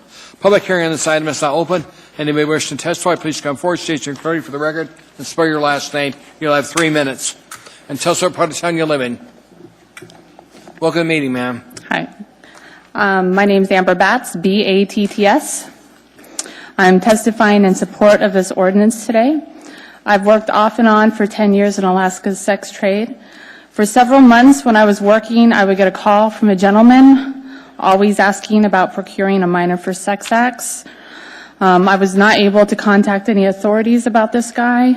Instead, I was only able to put him on Craigslist to let other people know. If this ordinance was passed back then, I would have been able to contact the police, and he wouldn't be in our community still victimizing Anchorage children. Please vote yes on this ordinance. Thank you, ma'am. Questions from Assembly members? Don't appear to be any. Thank you. Anybody else wish to testify, please come forward. Hi, my name is Heidi, H-E-I-D-I. In 2004, I was working for a violent pimp, Jerry Starr. He had a hit on me and 3 other people, and if this was passed, I would have been able to come forward and be able to help. Instead, I had to tell people I didn't even know her. Please pass this bill. Thank you. There are no questions. Anybody else have a statement they'd like to make? Please come forward and testify. Welcome to the meeting. My name is Crystal Godby. I'm with the Community United for Safety and Protection. I'm testifying today in support of Ordinance 84. I worked as a sex worker for 3 years. I didn't do it because I liked it. I did it because I was homeless and I was a drug addict, and I've been clean for 17 months now. I'm going to read you a list of names of sex workers and sex trafficking victims who have been murdered in Anchorage in the last 14 years, whose cases are still unsolved. Desiree Lekanoff, murdered. Michelle Roth, murdered. Jessica Lake, murdered. Tanisha Bobo, murdered. The following sex workers or sex trafficking victims are currently missing: Sierra Roberts, Marianne Alexi, and J.L. Hamilton. All these women were probably murdered by repeat violent offenders who have already been reported to police and arrested for other crimes against sex workers before they murdered Alaska women. In this ordinance, if this ordinance had been in place back then, these women had colleagues and coworkers who may have been witness to their murders or have been victimized by the same predator. Please vote yes on this ordinance and incentivize victims and witnesses to come forward and to make reports that these murders can be brought to justice and the people of Anchorage can be safer. Thank you. Thank you. There are no questions. Anybody who wishes to testify, please come forward. Welcome to the meeting. Hello. I'm short. My name is my name is Vered Maris. That's M-A-R-E-S. I am the owner of the Future Writers Block Bookstore and Cafe on Spenard Road, starting construction. I'm actually here to testify or to give testimony on behalf of a woman who wishes to remain anonymous. And so I'm going to read her statement to you, and then, of course, if you have any questions, I'm happy to try and answer them. She writes, "Dear Assembly members, I am writing in support of this ordinance. I am trying to stay anonymous because I am worried about being further marginalized and discriminated against. I was the victim of violence and hope everyone will respect my privacy. Last year, I was assaulted in the lobby of a hotel. The employees called 911 at my request while I was yelling for help. But the police came and reviewed the video footage of me being assaulted, and they charged me with prostitution instead of charging the man who assaulted me with assault. I am not even a prostitute, but the man who assaulted me told them I was. I believe that I was treated as less than because I'm an Alaska Native woman. It's astonishing that in this day, Natives are treated differently by the police. I never imagined that while I was screaming for someone to call the police and help me, that I would be the one prosecuted. It caused me a lot of anxiety and panic attacks because of this charge on my record and the stigma associated with it. The man who assaulted me didn't even get charged with assault, and his prostitution charge was dismissed by the prosecutor. It is outrageous. It makes me leery of the police, and I will no longer call the police for anything. Please vote yes on this ordinance. Thank you. Thank you. No questions. Anybody else wish to testify, please come forward. My name is Tara Burns, and I'm with the Community United for Safety and Protection, and I'm testifying in favor of this ordinance. When I was a teenager, I was sex trafficked in Fairbanks for several years. The woman that I worked with tried to help me, and one eventually did help me run away, but none of them felt safe going to the police and reporting my victimization. Since that time, I completed my graduate research at UAF on the lived experiences and policy recommendations of 48 people with recent experience in Alaska's sex trade. I now travel all over the world consulting and speaking about prostitution and sex trafficking policy and research. 52% of the people that I consulted in my research had tried to report being the victim or witness of a crime to police. A third reported that they were threatened with arrest, and 6% were arrested while trying to make a report. Of the sex trafficking victims consulted in my research, 80% had tried to report a crime. 60% said that they were threatened with arrest, and 20% were actually arrested while trying to report that they had been the victim or witness of a crime. 72% of research participants said that they had been the victim or witness of a serious crime that they did not report to police. When people in the sex trade do not report violent crimes, repeat violent offenders and even murderers are allowed to remain free in our community to prey on our most vulnerable citizens of Anchorage. We need good policy to incentivize the reporting of heinous crimes and make Anchorage safer. I've had some personal experience trying to report predators in our community. I've tried to use the Crime Stoppers website to report anonymously, but police are not able to get warrants to further investigations based on anonymous tips. A prostitution charge is not just a Class B misdemeanor. When people are charged with prostitution, they lose their livelihood. Sometimes they lose their housing and their children, and they face discrimination in accessing housing, employment, and child custody for the rest of their lives. Almost identical language was amended into the state prostitution statute as part of SB 91 last year.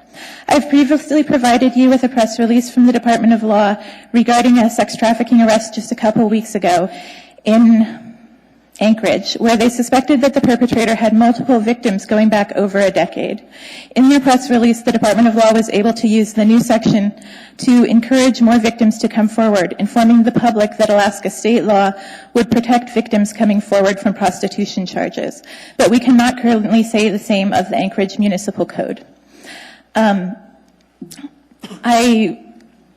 the substitute, there's a new clause saying that the report must be within a reasonable time of the commission of the crime.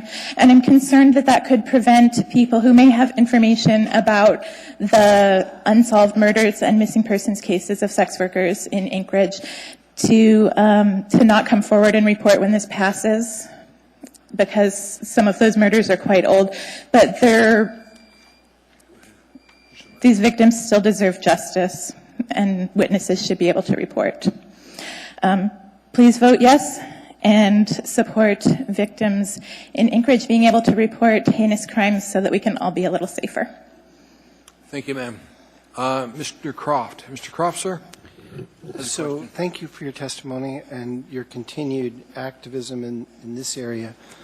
I guess I'm trying to figure out whether this is a specialized area where this rule should apply, or whether it should apply more generally to other areas of lower level crime where somebody witnesses a more heinous crime. So people using drugs and somebody overdoses and they, or somebody sees a violent crime as a part of that, thefts where something. So I guess what I'm asking you is it an aspect of this being so specialized, the victims here being in so much danger that makes this, or is this something we should replicate in a lot of different areas of criminal law? Well, Alaska state statute does already protect drug users who call 911 to report an overdose.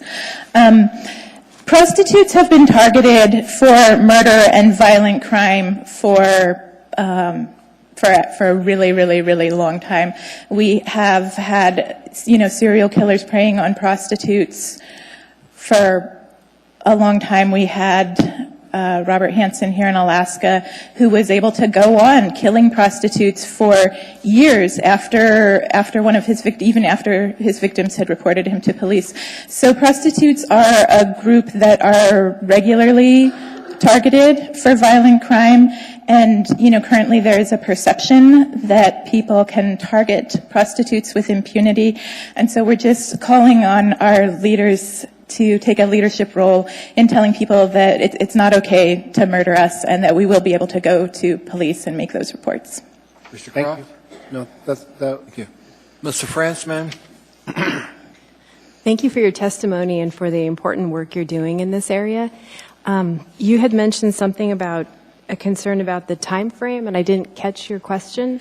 So there's the substitute has a clause that says that they have to report in good faith, which is good, within a reasonable time of the commission of the crime.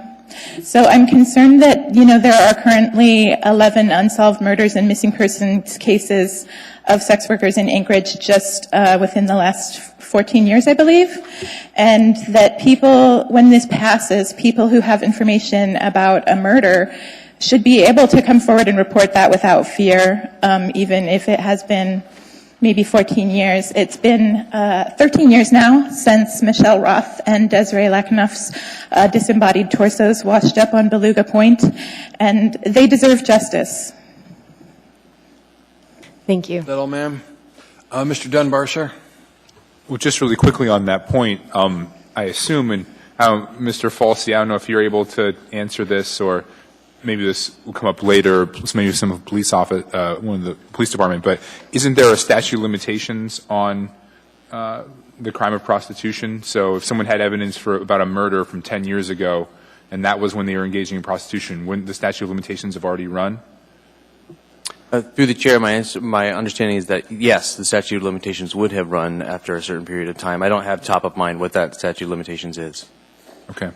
So I certainly hope that people do have evidence on those murders if they come forward. Thank you, ma'am. There are no other questions, ma'am. Thank you for testifying. Thank you. Is there anybody else who wishes to testify on this item? Anyone at all? Hi, my name's Ed Larrivee, L-A-R-R-I-V's Victory-2. I live in the area of Tudor and Lake Otis. And with this, I think that anybody commits a low-level crime or just crime in general should be able to point the finger at the person that's committing a crime, just not, and to the cops, not just for prostitution, theft, even murder, because they're all crimes against society. And if, as it sits right now, I think that in order to pass this, you ought to legalize prostitution, because that way it'd be monitored, there would be less people dying, getting their heads chopped up. I knew a guy that once killed prostitutes. I used to buy donuts from Bob Hansen back in, the 80s. And, we talked about hunting and stuff. And he looked at them like that one gal said. He looked at them as targets, But you wouldn't know that from talking to them. I thought we were talking about animals, hunting animals. And he was quite a character. Yeah, I can understand why the cops didn't go for him, because he was a skinny guy. He looked like a librarian. He was about that tall, blonde hair. His wife would tell him what to do, in the shop. And he'd give out free donuts. She really liked that. But this guy looked like he would never harm a flea. And, these women, they have to deal with these types of characters. And so maybe legalization of prostitution might be the case before you pass anything like this, Because if you pass this, you should also pass other people that commit crimes so that when they testify or when they point at somebody and say, yeah, he did this, the cops can't arrest them either. And also, if what if the guy's a thief and a prostitute? Okay, if you can't prosecute the prostitute, then that guy might survive the ordeal and learn to steal another day. So that's something to think about too. Well, anyway, my name's Ed Larrabee. That's what I think. Thanks for being here, sir. Thank you. Anybody else wish to testify? Please come forward and give us your name, spell your last name, tell us where you live. Hearing and seeing no one, public testimony is closed. The votes wish to the body, Mr. Rivera. Move the S version, sir. Thank you. Move to approve the S version. Second. Move to second. Felix? Thank you, Mr. Chair. Briefly, this ordinance is a simple change to code that mirrors recent state statute changes to provide immunity from prosecution for persons allegedly engaged in prostitution when they report serious or heinous crimes. I want to quickly cover some of the areas of concern brought up. So first, this slippery slope argument, why only prostitution, what's next? I think Ms. Burns covered that a little bit, but the scope of this ordinance is intentional. This AO addresses a specific community with a history of victimization and a history of distrust with law enforcement. As we've heard just now, there are times when an alleged sex worker might want to report a crime to APD, but the individual is nervous about repercussions. This allows an avenue for these workers to do the right thing. Second, amendments have been made in the S version, as well as an amendment Mr. Traney has, to address the vagueness in certain phrases, specifically cooperation with law enforcement and evidence supporting the prosecution. I want to thank Assembly Council for working on these amendments and making our version of the law even better than the state's version, if I say so. And to wrap up, this ordinance seeks to provide an avenue to build lost trust between this disaffected community and law enforcement. It should be noted that 20 other states have laws with this immunity language, and an additional 11 states provide for an affirmative defense. Jurisdictions around the country have implemented these laws successfully. Thank you to CUSP for your help developing this ordinance, and I urge my colleagues to support. That's it, Mr. Chair. Thank you, sir. Mr. Constant, sir. Yes, I would really appreciate if we can hear from the Deputy Chief Gillum on this subject. Deputy Chief? This is only to help you make a decision, sir. Normally we don't ask other people, but if you want that to help you make a decision, more than happy to bring people up. Chief? Good evening, Chair, Assembly members, and congratulations to some of you. I've been out for about 5 weeks, so welcome aboard there. How may I help you this evening? So, Chief, what do you think on this? What are your impressions on the S version? I will tell you that as a law enforcement officer for almost 38, 39 years, I can tell you that I have some concerns. I will agree that they are at high risk. There are some issues. I do know that we do have Crime Stoppers. I did ask about how many prosecutions we've had. In the last 18 months, there's been one that I was reported to. So I think it warrants more study and maybe a little caution, because I'm sorry, I don't remember which one said it, mentioned, the slippery slope of other. I mean, if we're going to do this for other minor crimes, are we going to do it for drug dealers? Are we going to do it for someone else? So I would just ask to be cautious and be a little more involved. Okay. Mr. Constant, question, sir? Yeah, I understand from my friends in law enforcement they have some concerns. Can you be more specific about what your thoughts on what might go wrong? Well, I think the ordinance as written is a little bit ambiguous. I think you could get into child pornography questions and some other prostitution crimes that would be quite serious. And I'm a little reluctant to say we give somebody a pass, especially this window of opportunity. Are they only going to tell us when they get arrested?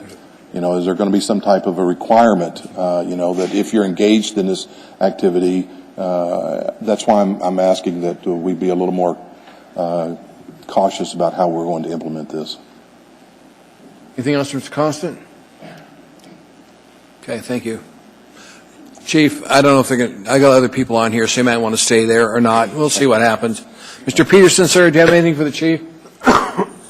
Thank you, Mr. Chairman. Not at this time. I actually was wondering if Mr. Falsey could tell us if the Department of Law has a definition of what a reasonable amount of time is. It says, report this to law within a reasonable amount of the commission of the crime.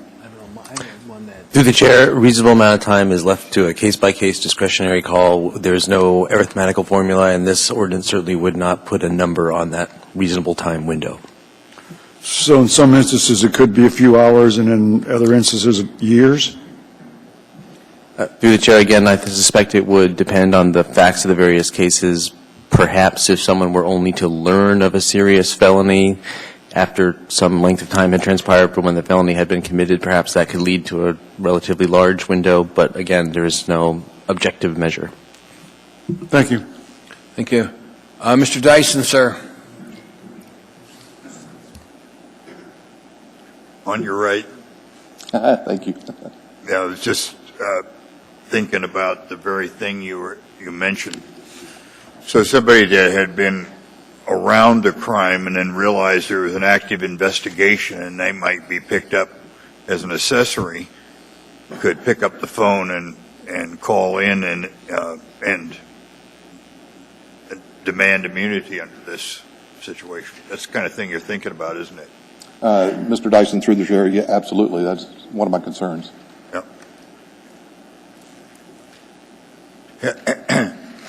Has the department and hopefully maybe the prosecutors had a chance to review this? Has there been any analysis in your shop?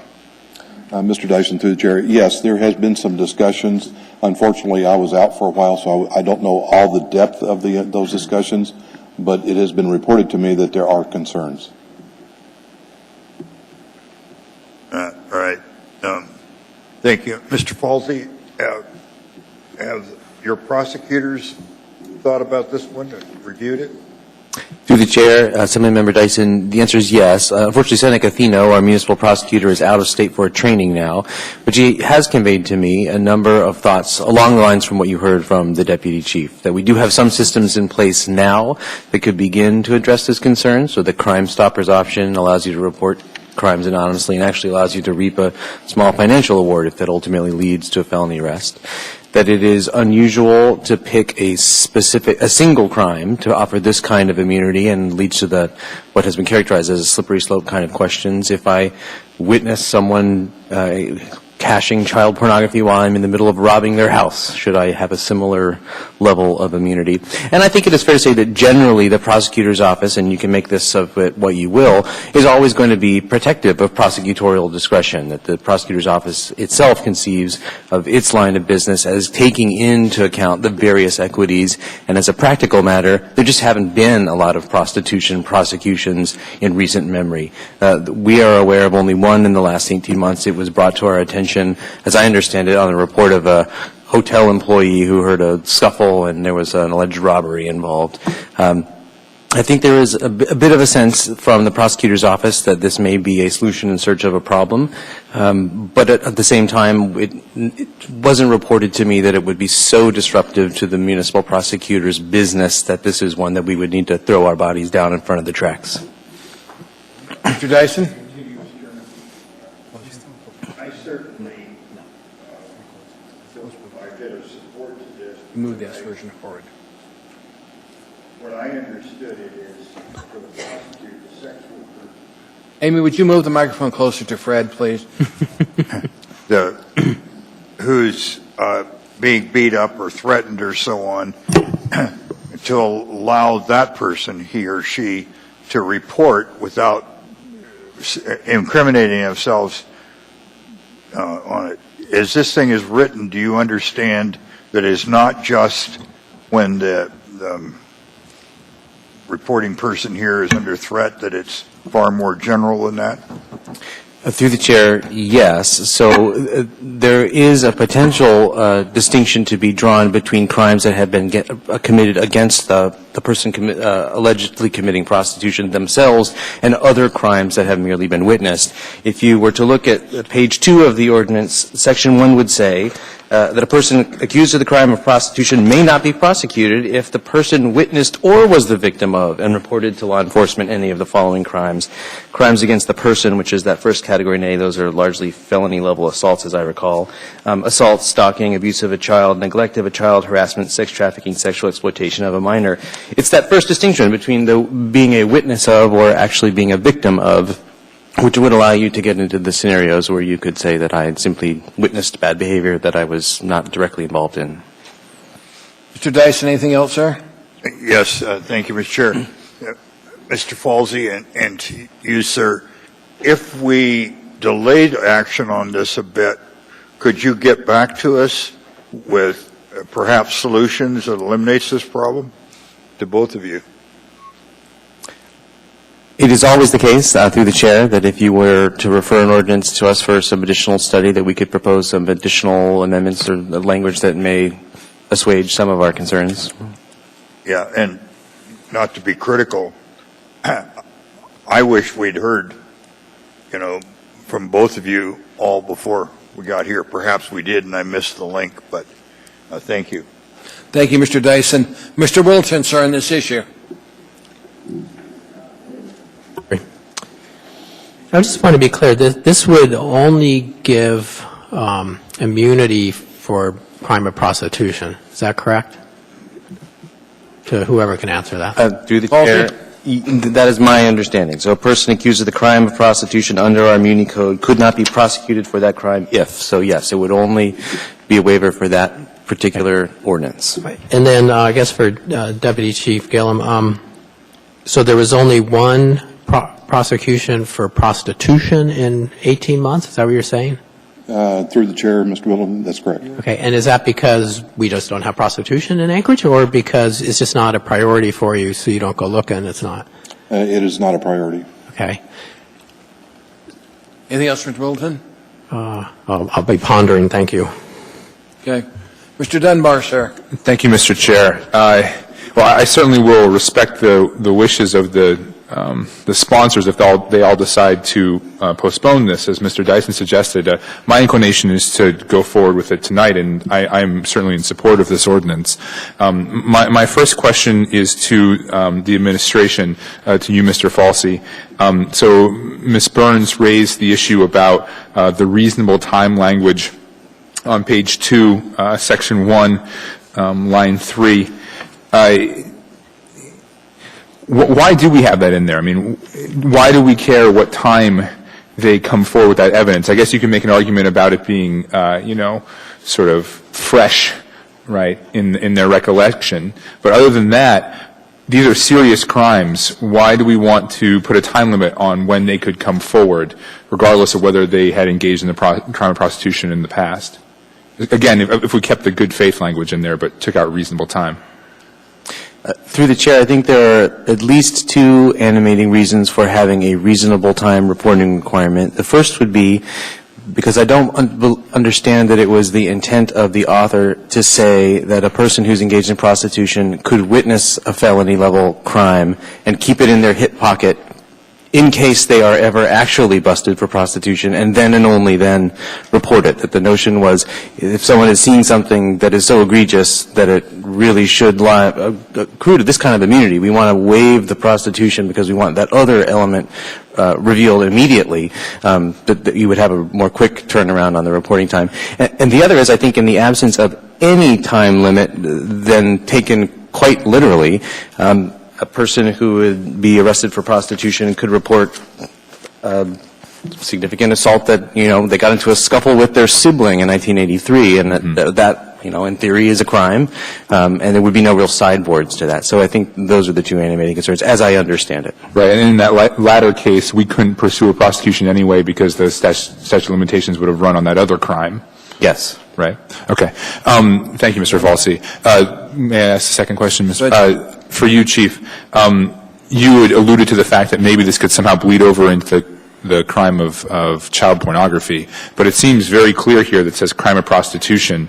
Could you elaborate on that? Why do you think this might impact child pornography? Well, if, through the chair, Mr. Dunbar, if someone had witnessed child pornography or participated in some effect, and then they get arrested for prostitution, they may use that as a mechanism to get out of the prosecution.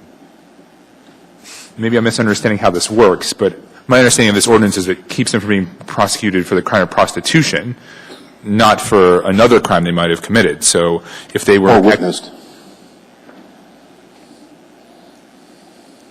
Okay, but if they are the one committing the crime, it doesn't matter if they witnessed it or not. Child pornography could be someone participating in filming of minors in sex trafficking or others. They may be involved in something. They may not be arrested for that, but they can come forward and say, well, I'm aware of this crime, so therefore I don't want to be prosecuted for prostitution. Okay. Do you have any comment on that, Mr. Falsey, on that interpretation? Through the chair, I'm not sure I completely followed that question. I might need a little bit more meat on those bones. All right. Thank you, Mr. Falsey. Thank you, Mr. Thank you, sir. Ms. Dembowski, ma'am. Thank you, Mr. Chairman. Through the chair, Mr. Falsey, in the sponsors whereas clauses, though I may take exception to some of their commentary, I will go straight to some of their reference to SB 91, and I'm not familiar in SB 91 off the top of my head with provisions in that bill that basically won't prosecute somebody for prostitution, say, if they witness another crime. That's not in SB 91, is it? Through the chair, I think actually it is accurate to say a provision very much like what is characterized in the whereas clause is in SB 91. We previously mentioned that when a request to include something similar in municipal code was raised maybe a year and a half ago now. The language of the state law we think is actually much more problematic than what's being proposed here. It is now that a person may not be prosecuted for prostitution if, one, the person witnessed or was a victim of and reported to law enforcement in good faith one of the following crimes, and then there is a very long laundry list of serious crimes. Two, evidence supporting the prosecution of the section was obtained or discovered as a result of the person reporting the crime. And three, the person cooperated with law enforcement personnel. So it begins in the same place as what's being proposed here, but some of the additional considerations that have resulted in additional bells and whistles and language changes in the municipal ordinance are addressing concerns that we think were not maybe fully anticipated with the SB 91 language. Okay, but to get to your question, yes. The SB So 91 let's break it down to English because it's getting late and I'm a little tired. So my understanding from what you just said is basically SB 91 already says this is basically the rule. If somebody is busted for, they report a crime and they were engaging in prostitution and they report a more serious crime, basically you're telling me SB 91 says they can't be prosecuted for prostitution. Through the chair, under state law, but there's nothing in SB 91 that ties our hands. But under state law, so you're saying because prostitution is a misdemeanor, Class B, isn't it? Through the chair, I'm not sure what it is under state law, but our code, yes, it is a misdemeanor. And the SB 91 provides this immunity only from prosecution under the state statutory provision, but not under municipal ordinance. So what I'm trying to reconcile is the city can be more restrictive than the state, but not less. So if state law says you can't prosecute for somebody for this situation, how is it the city law can? Through the chair, in this case, the municipality, as a home rule municipality, can legislate in any area that is not expressly forbidden to it. So, for instance, we have certain crimes on our books that are not mirrored in state law at all. So, synthetic opioids, we made distribution, sale, possession of those a crime. That is not found anywhere in state law. In the same way here, there's nothing in state provisions that I'm aware of that says that we have to prosecute prostitution in exactly the mirror image of how the state prosecutes prostitution. So what you're telling me is, in this particular case, city law can trump state law. I think when it comes to prosecution, which is exactly the opposite of how I understand it. Through the chair, I think in this case it would be more accurate to say that we are both allowed to maintain our own independent systems. We don't tell the DAs what to do, and the state, in this case, is not elected to tell the municipal prosecutors what they have to do. Mr. Bowski, anything else, ma'am? No. Mr. Rivera, sir. On the S version. Yes, thank you, Mr. Chair. So just a couple of questions for Mr. Falsey. Could you, in the ordinance, it states under Section 1, the person witnessed or was a victim of and reported to law enforcement in good faith. Could you define the term good faith and what a good faith report entails? Through the chair, if you wanted me to do a quick Google search and give you the Black's Law Dictionary of Good Faith, I would be happy to do that. I think it generally incorporates the equitable notions of having clean hands and acting without an improper motive. Thank you, Mr. Falsey. So then, in that case, if some examples have been brought up today of potentially someone, alleged sex worker who in their back pocket holds another crime that they may have committed, then this good faith report and the need to have a good faith report, I think, handle some of the issues that were brought up, I think, by the chief. Second, statute of limitations. Specific to the previous murders, Mr. Falsey, if someone is a current sex worker in current law, they would not be able to come forth with evidence regarding those previous murders without fear of prosecution.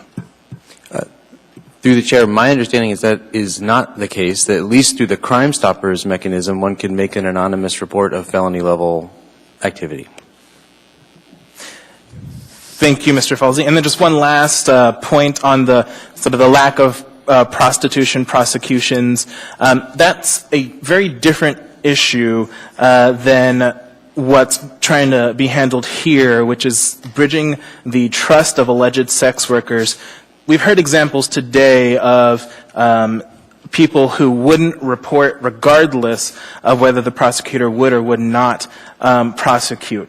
Just because there is that level of distrust between the sex worker community and law enforcement. So this is a way, again, to build that trust. Mr. Chair. Thank you. Mr. Croft, sir.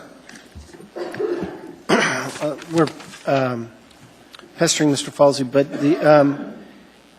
I have more.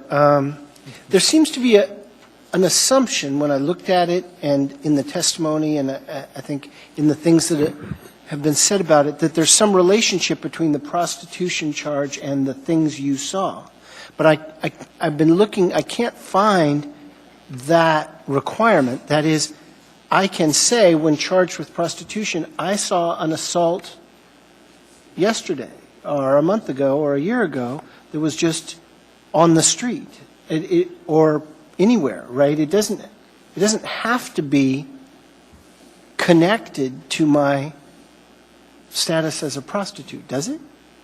Through the chair, I also do not see that anywhere in this ordinance. It appears that you could report any felony activity, however you saw it, wherever you saw it, whether it's connected to your own prostitution activities or not.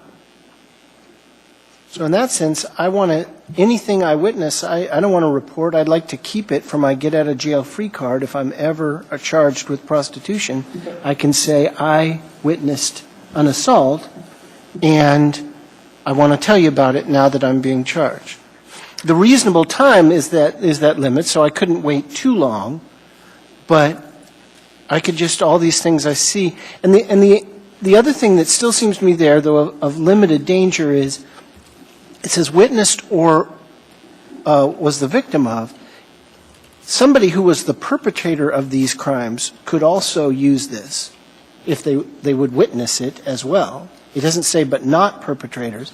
And I do think that isn't that dangerous in the sense that you're not going to confess to a more serious crime to get yourself out of prostitution. But is that right? You would have the ability to say, well, because I told you about this assault I did, you can't get me on the prostitution charge. Through the chair, I think that technically would be right. The perpetrator would be a witness for purposes of those prosecutions. And I suppose even though you wouldn't have an incentive to report a greater criminal activity if you were charged with a greater criminal activity and prostitution, perhaps, I'm trying to think through that scenario. I'm wondering if both crimes were potentially coming to you, whether you couldn't proactively report that you committed the larger crime to blunt the second prostitution charge. I don't know. I haven't thought that scenario completely through, but I agree that that is a potential ambiguity. Yeah, thank you, Mr. Chairman. Okay, there appear to be nobody's ready to discuss anything else. Before we vote on this, is there any other motion anybody wishes to offer? Mr. Yeah. Domowski. Mr. Chair, listening to the testimony, I came in this with an open mind, thinking I was leaning towards voting for this, but I'm hearing a lot of ambiguity coming from the Department of Law, and I really wish Seneca was here, since she's the prosecutor.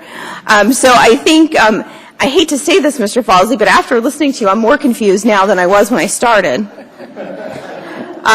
So for my own benefit, I will just ask that, when is Seneca going to be back? Through the chair, I believe she's back. If not next week, I believe it is next week, and I too wish she were here. Mr. Falsey, from the Department of Law's perspective, in an opportunity to have Seneca weigh in, maybe just help educate me, would it be more appropriate the June 27th meeting or the July 11th meeting? Whatever you. If we can get the votes to get it to come back. Well, all things being equal, I think I always would prefer, the department would always prefer a little more time, so I would pick the latter of the dates. Okay. Mr. Domowski, before you make Chair? the amendment, ma'am, we do have another amendment down here, and then we'll come back to you on your motion to postpone, okay? Okay. If you don't mind. Mr. I Croft? don't mind. Yeah, Mr. Chairman, I'd move amendment number 1 that's been passed out to the S version. Does everybody have it? I'll second that.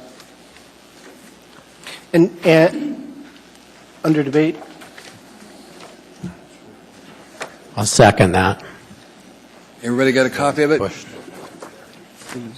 Oh, sorry.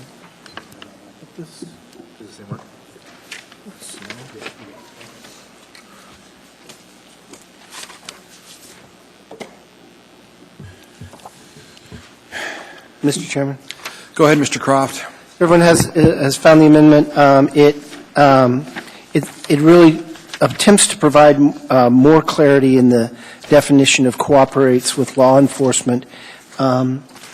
It was actually Chairman Traney's discussion, though I had a similar discussion with Ms. Thino before she left about the need for clarifying it. What it does in that operative section of Section 3, so it would still read, at the time of reporting the crime, the full thing is, the person cooperated with law enforcement personnel concerning the crime reported at the time of reporting the crime and continued to cooperate either until the close of the investigation of the reported crime by any law enforcement agency or the conclusion of any prosecution of the recorded crime, whichever is later. And then instead of that, for purposes of, it provides that middle definition. So that's the part that's new, the underlined, non-bolded. And I'll just read it. A person cooperates with law enforcement for purposes of this section if the person initiates the contact with police during which the crime is reported, the person is forthcoming with information to law enforcement, the person is responsive to law enforcement questions, and remains responsive to such questioning throughout the investigation, and the person testifies at any evidentiary hearing or trial if requested to by the prosecutor. And then that last part, for purposes of, is deleted. It's no longer needed. And in addition, the person may not have knowingly engaged in conduct that would satisfy these other crimes stays. So a little confusing in its underlining and capitalization and bolding, but it provides more clarity, I think, in that middle paragraph, middle non-bolded underlined, as to what cooperation with law enforcement is. Is there a second on that? Second. And this comes from Seneca, by the way, if you want to know where this came from. The prosecutor. I seconded it. But moved to second, Mr. Wilton seconded. Okay. I think we've been through that already. Oh, okay. I'll third it. Okay. Yours. Any more discussion, Mr. Croft, on your amendment? I've got a comment. No. Oh, that's all right. Mr. Dunbar, on your amendment, then I'll go to John Wilton. No, I'm sorry. My comment is on the motion to postpone. Mr. Wilton, on the amendment in front of us. Thanks. So I can understand the purpose here, and it's fine, but I'm a little confused on the wording here, and it's the third line of your amendment. Initiates the contact with police during which the crime is reported. I don't understand what this during which the crime is reported. During which what? That you initiate you initiate with the police department what you know about a crime that had occurred. Yeah, Is that awkward, or am I kind of... it's a little awkward for a sentence clarifying, but it, I mean, is supposed to capture the idea that you initiated the contact, you started. They didn't, you did. Yeah, the police didn't sort of trap you and then you blurted it out. You reported it and you initiate the contact, and the crime there is the crime reported, not the underlying prostitution, so it is the crime you're telling them about. Should be correct the way it's written, I think. Mr. Wilton? Still confused by that word during, but I suspect this will all be postponed for a month, and we It probably will be. work on it. Depends on the votes. So I'll let it go. Thank you. Okay. Mr. Croft, on the amendment you brought forward, sir? No, sir. Okay. Let's vote on the amendment. There's no other discussion. Please vote. That is approved unanimously. Now, Ms. Dombowski? Mr. On the Chair, document, on this version as amended, ma'am. yes, sir. Mr. Chair, I move to postpone to the meeting of July 11th. Second.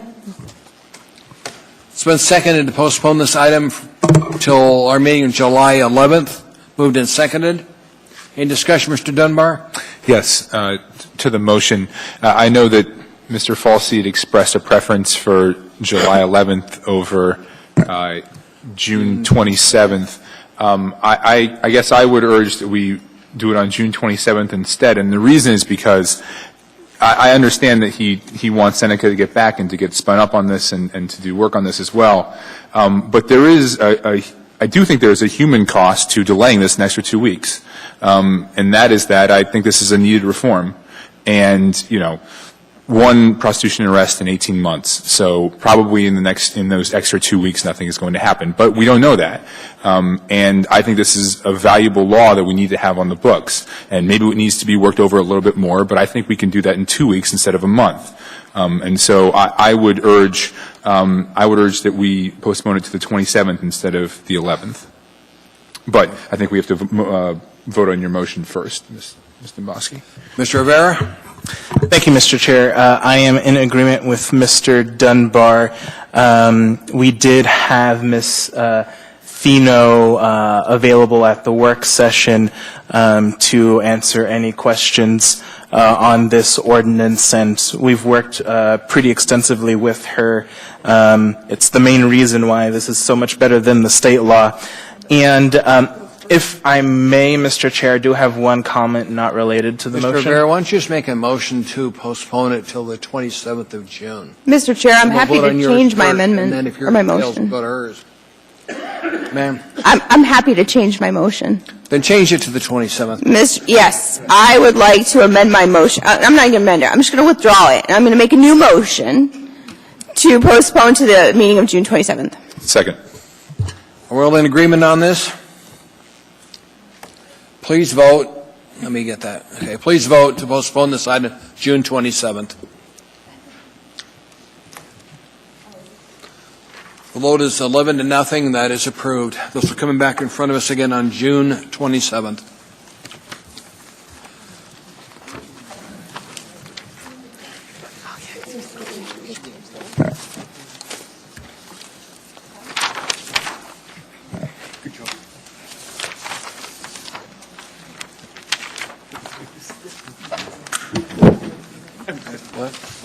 Yes, we're going back to item 14A, ma'am. We now have in front of us, these are new public hearings, so anybody can testify that wants to.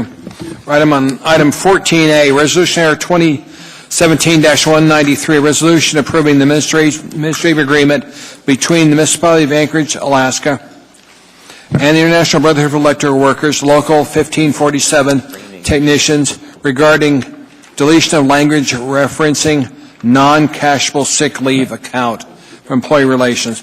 Public hearing on this item is now open. Any who wish to testify, please come forward. State your name clearly for the record. Spell your last name and tell us what part of town you live in. Anyone at all? Hearing and saying no, and public testimony is closed. What's the wish of the body? Move to approve. Second. Moved and seconded. Discussion from assembly members. Not seeing any, please vote.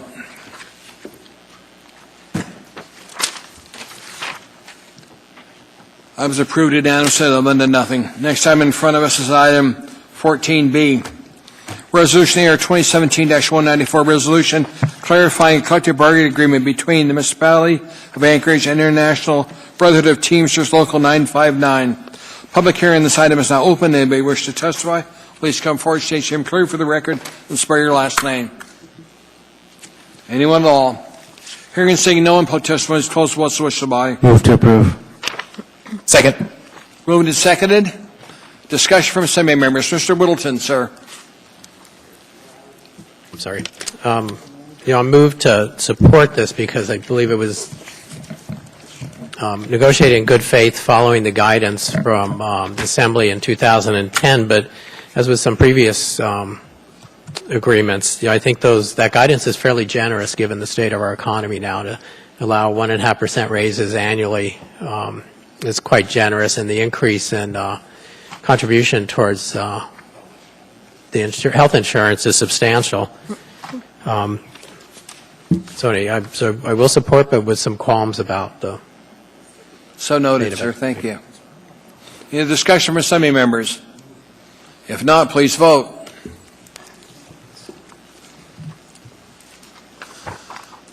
That is approved 10-1. Next item in front of us will be item 14C.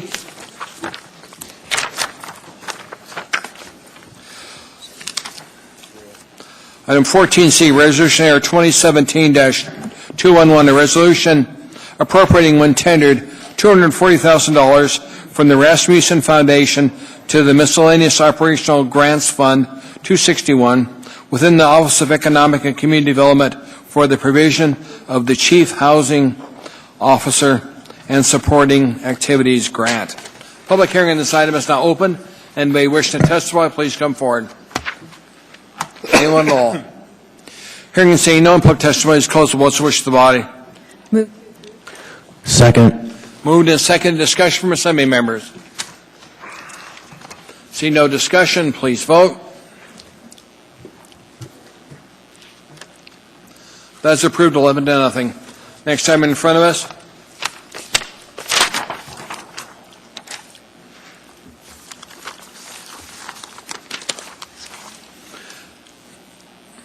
Is item 14D, Ordinance AO 2017-88, an ordinance reappropriating $1,100,000 from transmission lines projects to underground lines project, appropriating $600,000 from the distribution equipment project to the overhead lines project, revising the 2017 capital improvement budget, CIB, and revising and approving the 2017-2022 capital improvement program, CIP, all within the municipal light and power to improve reliability of power sources. Public hearing on this item is now open. Anybody wish to testify, please come forward, state your name for the record, and spell your last name. Anyone at all? Hearing and seeing no one, public testimony is closed. What's the wish of the body? Move to approve. It's been moved by Mr. Rivera, second by Mr. Peterson. Discussion from assembly members. Please vote. Good job, Bill. The item is approved unanimously. Next item in front of us will be 14E.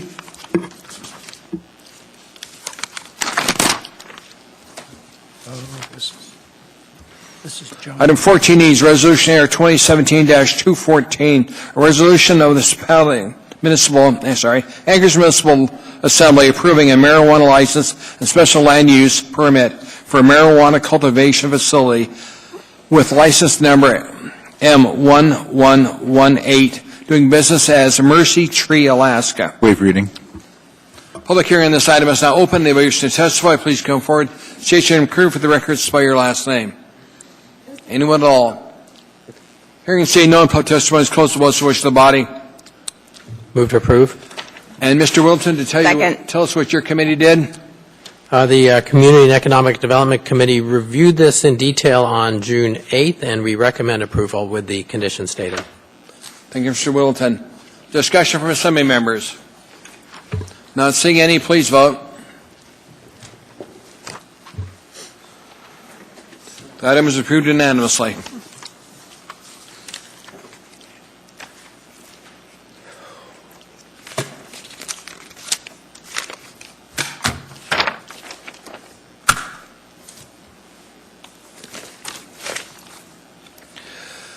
Next item in front of us, item 14F, ordinance AO 2017-83, an ordinance amending the zoning map and approving the rezoning of approximately 0.63 acres from RO residential office district to B3 general business districts for lots 1, 2, 3, and 4, block 26B, east addition to the town site of Anchorage subdivision. Waive reading.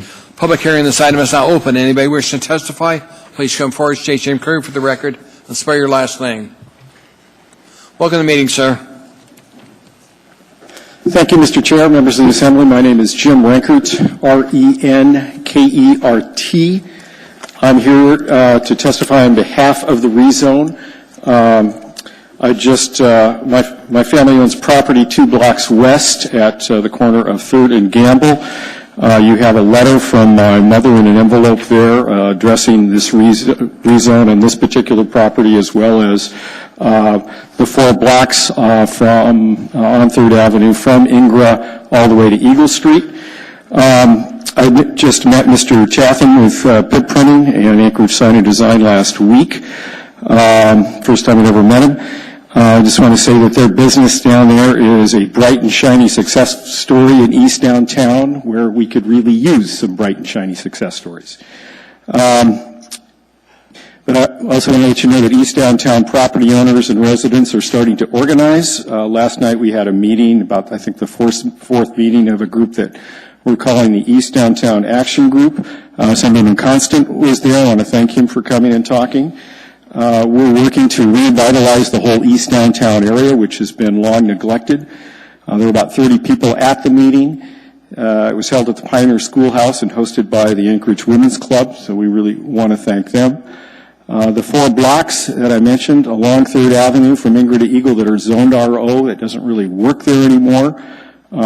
So our family would support the, as well, I know some other property owners there would support complete rezone from B2 to B3 or the new Anchorage downtown zoning designation of DT, which I understand is being held up.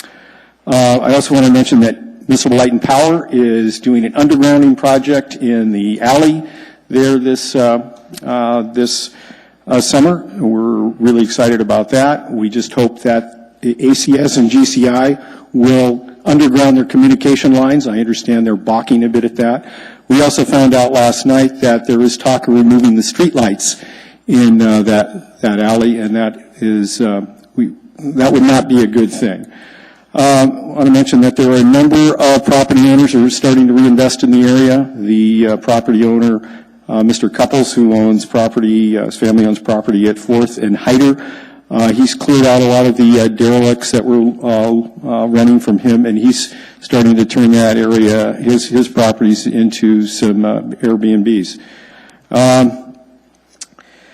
And one other person I want to thank who was at the meeting last night and has been a big support is Mr. Jamie Boring with the Anchorage Downtown Partnership. The Downtown Partnership and the security ambassadors in particular have been a big help as we've been starting to clear out some of the problems we had last fall on our property. Then I had an issue this weekend. I called the security ambassadors, and they were there within 10 minutes. So I would really like to see something similar happen in Midtown. And that's all I have. Thank you very much. Just for Assembly members. There don't appear to be any. Thank you, sir, for testifying. Anybody else wish to testify on this item, please come forward. Anyone at all? Hearing say no one. Public testimony is closed. The wish of the body, Mr. Constant. Move to approve. Second. Okay, Mr. Constant. Yeah, thank you very much. Really grateful that somebody is taking the risk of investing their private treasure into the most difficult acreage to live, work, or try to play in the whole city. I'm glad to hear Mr. Rinkert mention the meeting last night of 30-plus people organizing to ask the question, if no one else is going to do something, we got to do something, and they are starting to organize. We were sitting in the Anchorage Pioneer School, and to the east of us by 2 blocks was a murder just a couple of days ago, and to the west of us and north of us by about 100 feet there was a murder there just a couple weeks back. And I could show you video that was delivered to me 2 days ago of a man performing cunnilingus on a woman on the street right there.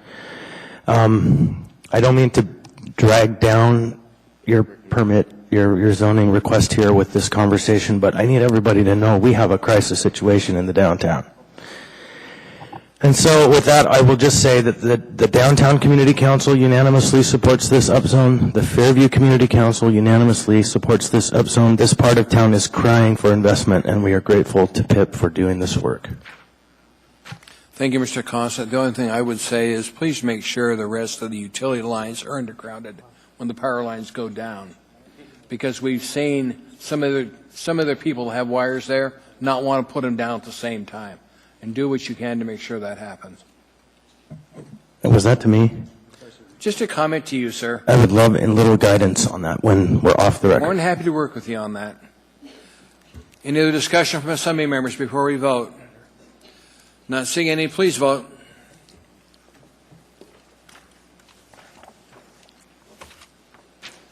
That's approved unanimously.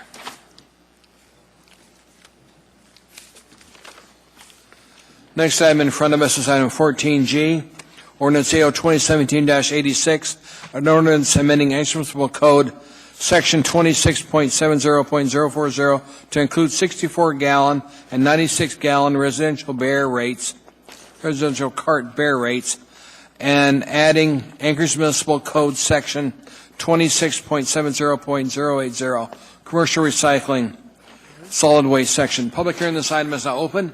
Anybody wish to testify, please come forward. State your name for the record. Spell your last name. Tell us what part of town you live in.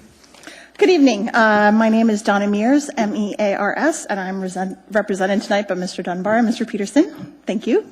The bear carts are getting a little bit of the love on this ordinance, but I appreciate the opportunity to speak on the expanded recycling services. I've been a recycling advocate for 2 decades now, most of that as a volunteer, but the last few years I've been employed in the industry, which is a wonderful thing. I appreciate and support the addition of collection of mixed paper and commingled road carts into the SWS services. I've advocated for that for a long time, and I'm very happy to see that in front of you here tonight. The municipality's leadership does make a difference in the recognition of collection of things that other people don't want is not just waste, but it's a resource as well. The collection of recyclables allows for lower cost to customers and more jobs in the community, like mine. It deepens the business of our municipal enterprise, and the diversion into recycling lengthens the life of the landfill and allows materials to become new things rather than a permanent liability. Thank you for your support. Thank you. There are no questions yet, ma'am. Thank you very much. Anybody else wish to testify on this item, please come forward. Anyone at all? Hearing and seeing no one, public testimony is closed. What's the wish of the body? Move to approve. Second. Felix. Okay. Felix is fast out there. We have a motion to approve and a second on the floor. Discussion from Assembly members. Seeing none, please vote.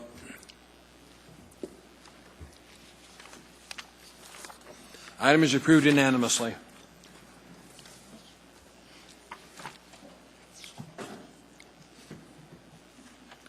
Next item in front of us is item 14H, Ordinance AO 2017-87, an ordinance of the Anchorage Municipal Assembly amending Anchorage Municipal Code Section 17.050.010, definitions of 17.05.080, notice of violation, NOV, 17.10.050, standards for operation animal facilities.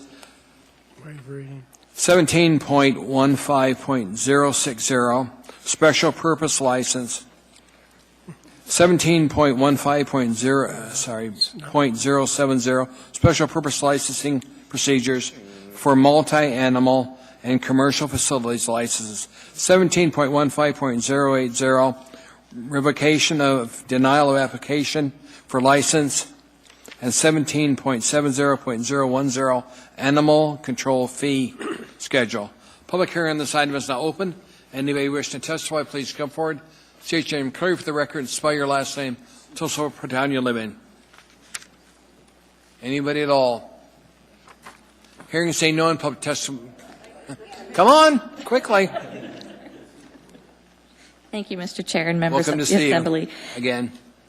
My name is Carrie Campbell, and I am the Title 17 Subcommittee Chair for the Animal Control Advisory Board. I wanted to just share a brief synopsis of how we developed the proposed ordinance change that's before you. This change is presented with full support of the local mushing community within the municipality of Anchorage. The issue of chronic animal noise has been brought before the Assembly and the Advisory Board on a number of occasions over the past decade. Barking is one of the top complaints that's received by animal control, on an average of over 60 complaints per month. Previous proposals regarding changes to chronic animal noise, when presented to the public, would receive strong opposition from the mushing community, mostly because of a fear of losing their 20-minute excused period exemption during daytime hours. The 20-minute excused period was added to Title 17 for mushers to allow feeding, loading, and offloading dogs for exercise periods. During the last major code revision, which is approximately 2000-2001, the separate mushing facility license was then merged with several other facility categories and given a designation of multi-animal facility license. All of those multi-animal facility licenses were then grouped together and given this 20-minute exemption or excused period. At the time, there wasn't a significant number of multi-animal facility licenses issued within the municipality, but today there are currently 242 licensed animal facilities. 30 of those are commercial facilities. 212 are multi-animal facilities. Of that 212, only 29 are actually mushers. The other 183 multiple animal facilities are neighborhood homes who happen to own 4 or more dogs, cats, rabbits, ferrets, or horses, or any combination of 7 or more of the above mentioned animals. The advisory board feels that there is no need for these non-mushing facilities to have a 20-minute excused period 4 times a day during daytime hours. The Title 17 subcommittee has met twice a month for more than a year now, working to resolve this issue in a fair and appropriate manner. We gathered statistics regarding chronic noise complaints. We researched codes in other cities and municipalities similar to Anchorage. And then we asked the stakeholders to join in our revision process. Representatives from several area mushing organizations helped us define this new mushing facility license category. The 20-minute excused period will be removed from the current multi-animal facility licenses and given only to the mushing facility recipients. We've notified all of the current facility license holders, held 2 meetings to allow for public testimony, and only received positive feedback. Alaska is a right-to-mush state, and as such, we feel that it's necessary to include those mushers who make the municipality of Anchorage their home. Thank you. Question from Assembly members. Mr. Wilton, sir? What does it mean to be a right-to-mush state? That's a good question. But actually, I looked it up, and it was during Governor Parnell's term as governor that they passed a resolution stating that Alaska is a right-to-mush state. I'm not that familiar, other than Michael or Deanne, that it is the state sport. So it's I guess, not denying people the right to mush within our city. I'm good with it, just curious. Now we learned something tonight for Jeopardy, if it's ever on there. Anything else, Mr. Wilton? No, thank you. There are no other questions, ma'am. Thank you. Thank you.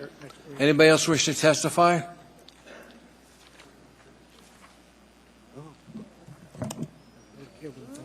Welcome to the meeting. Val Chocola, Chugiak Dog Mushers Association president, and we participated in the entire process. We're one of the stakeholders, and as presented and written, we are in full support of this ordinance. Thank you. Thank you. There appear no questions. Thank you. Anybody else wish to testify on this item, please come forward. Hearing and saying no, testimony is closed. What's the wish of the body? Move to approve. Second.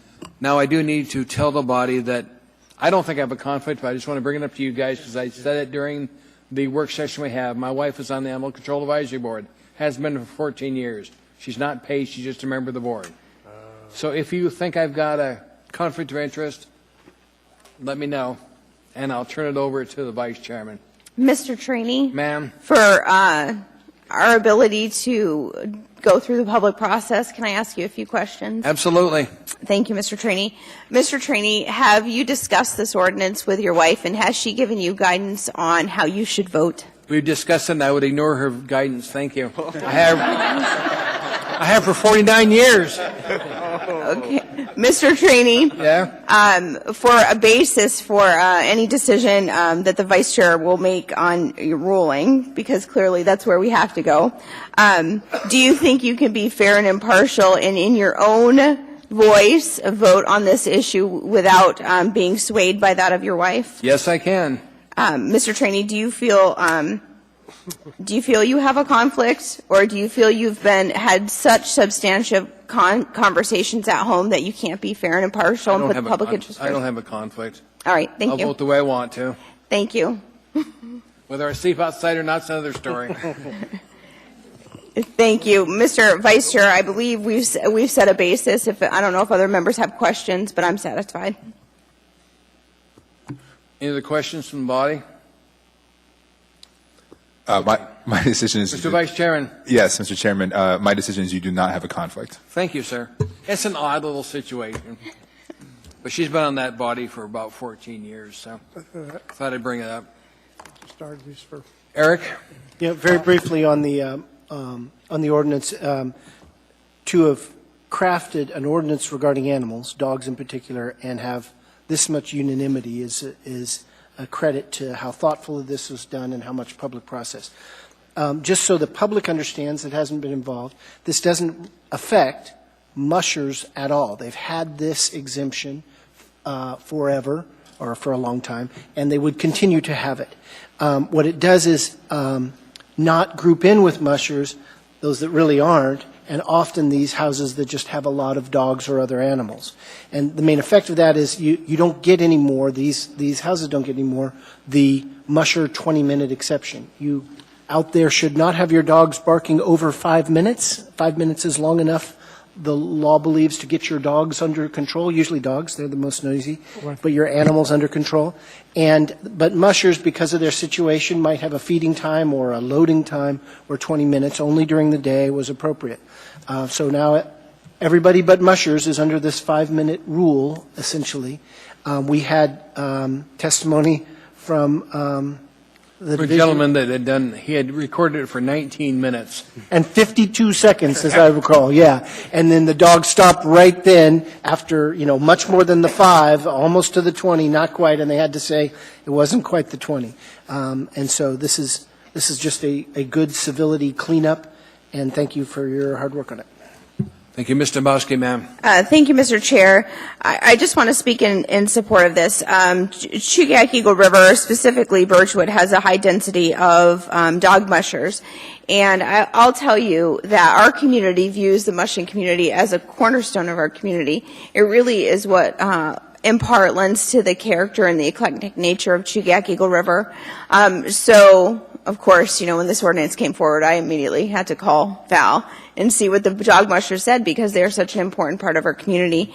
And I wanted to make sure that their concerns were addressed. And I have to tell you, it's not often when we have either an animal ordinance come up that you don't have a huge group in opposition.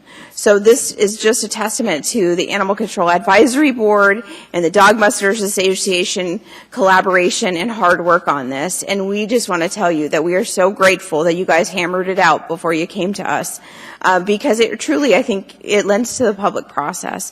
And we want you to know how valued both organizations are, whether it's the Commission or whether it's the community of dog mushers, and thank you for your hard work. There are no other comments, just that I want to echo what Amy said, because we appreciate you doing this. Normally, we tell assembly members, don't go in near anything dealing with animals. Do you guys remember the cat licensing? You don't ever want to go there. So I appreciate how well you worked on this. I think we had 3 nights of testimony. I remember one lady coming up and saying, Fluffy doesn't bother people. It doesn't need a license. So we don't touch animal control issues, but thank you very much for dealing with and bringing a solution we can all agree to. So please vote.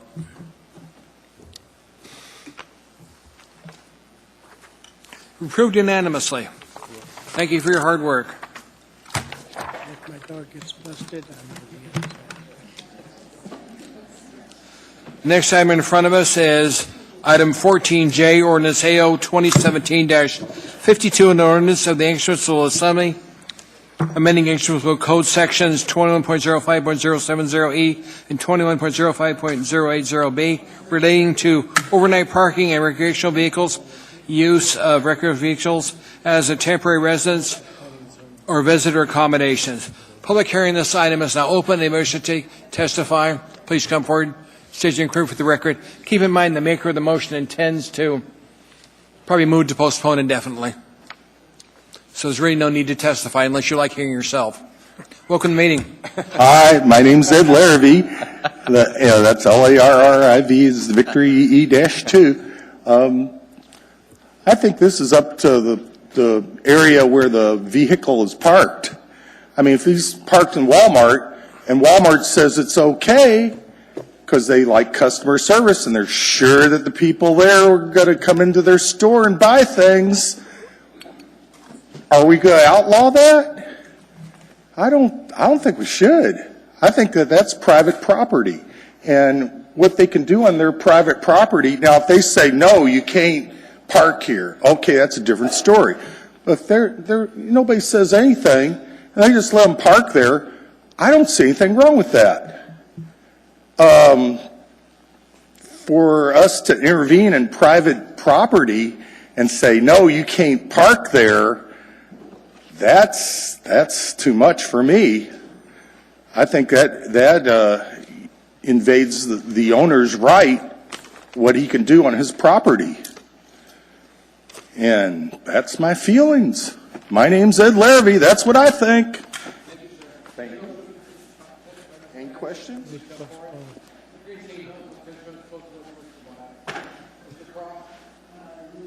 postpone indefinitely. Second.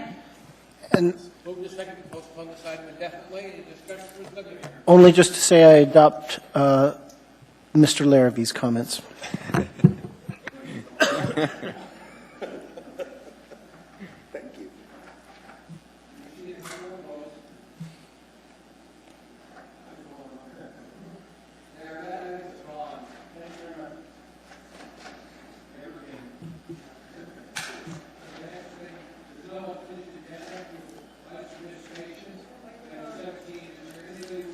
Mr. Trainee, your microphone's off. Mr. Chair, your microphone is up. I did want to mention just briefly that we had 3 of our 4 legal interns join us for this meeting, and I wanted to thank Michael Gillum and John Rivas, who is actually an Anchorage guy, and Lauren Lewis for joining us and for their willingness to be drafted into toggling the display before this meeting is over. And Mr. Falsey, I like the fact you got the display toggled, because many times the public doesn't see the amendments we're working on. So thank you very much for getting that on the screen. Good advancement. Anybody else wish to address this amendment, any items? Here I am again. Once again, my name's Ed Larrabee, L-A-R-R-I-V is a Victory E. I wanted to thank you all for the maintenance you're doing on Fulker Street. Because at one time there was a street called Happy. Well, there still is a street called Happy. and it would flood over. It'd be about 3 to 4 feet deep, and people would be trying to drive their cars. Cop cars would come there, and they couldn't make it, because the water was so deep. Well, now they're digging up and putting new sewer lines and stuff and filters and stuff, and it goes right into Camel Creek. I wanted to thank y'all for seeing that done, because it really needed it like 20 years ago. It's going to be nice when it's done. Oh, I know it will.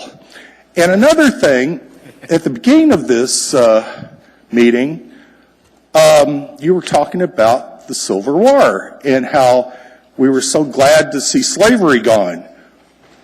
I got news. It hasn't gone, because there's more people, more black people, in prison right now than there was in the whole Civil War.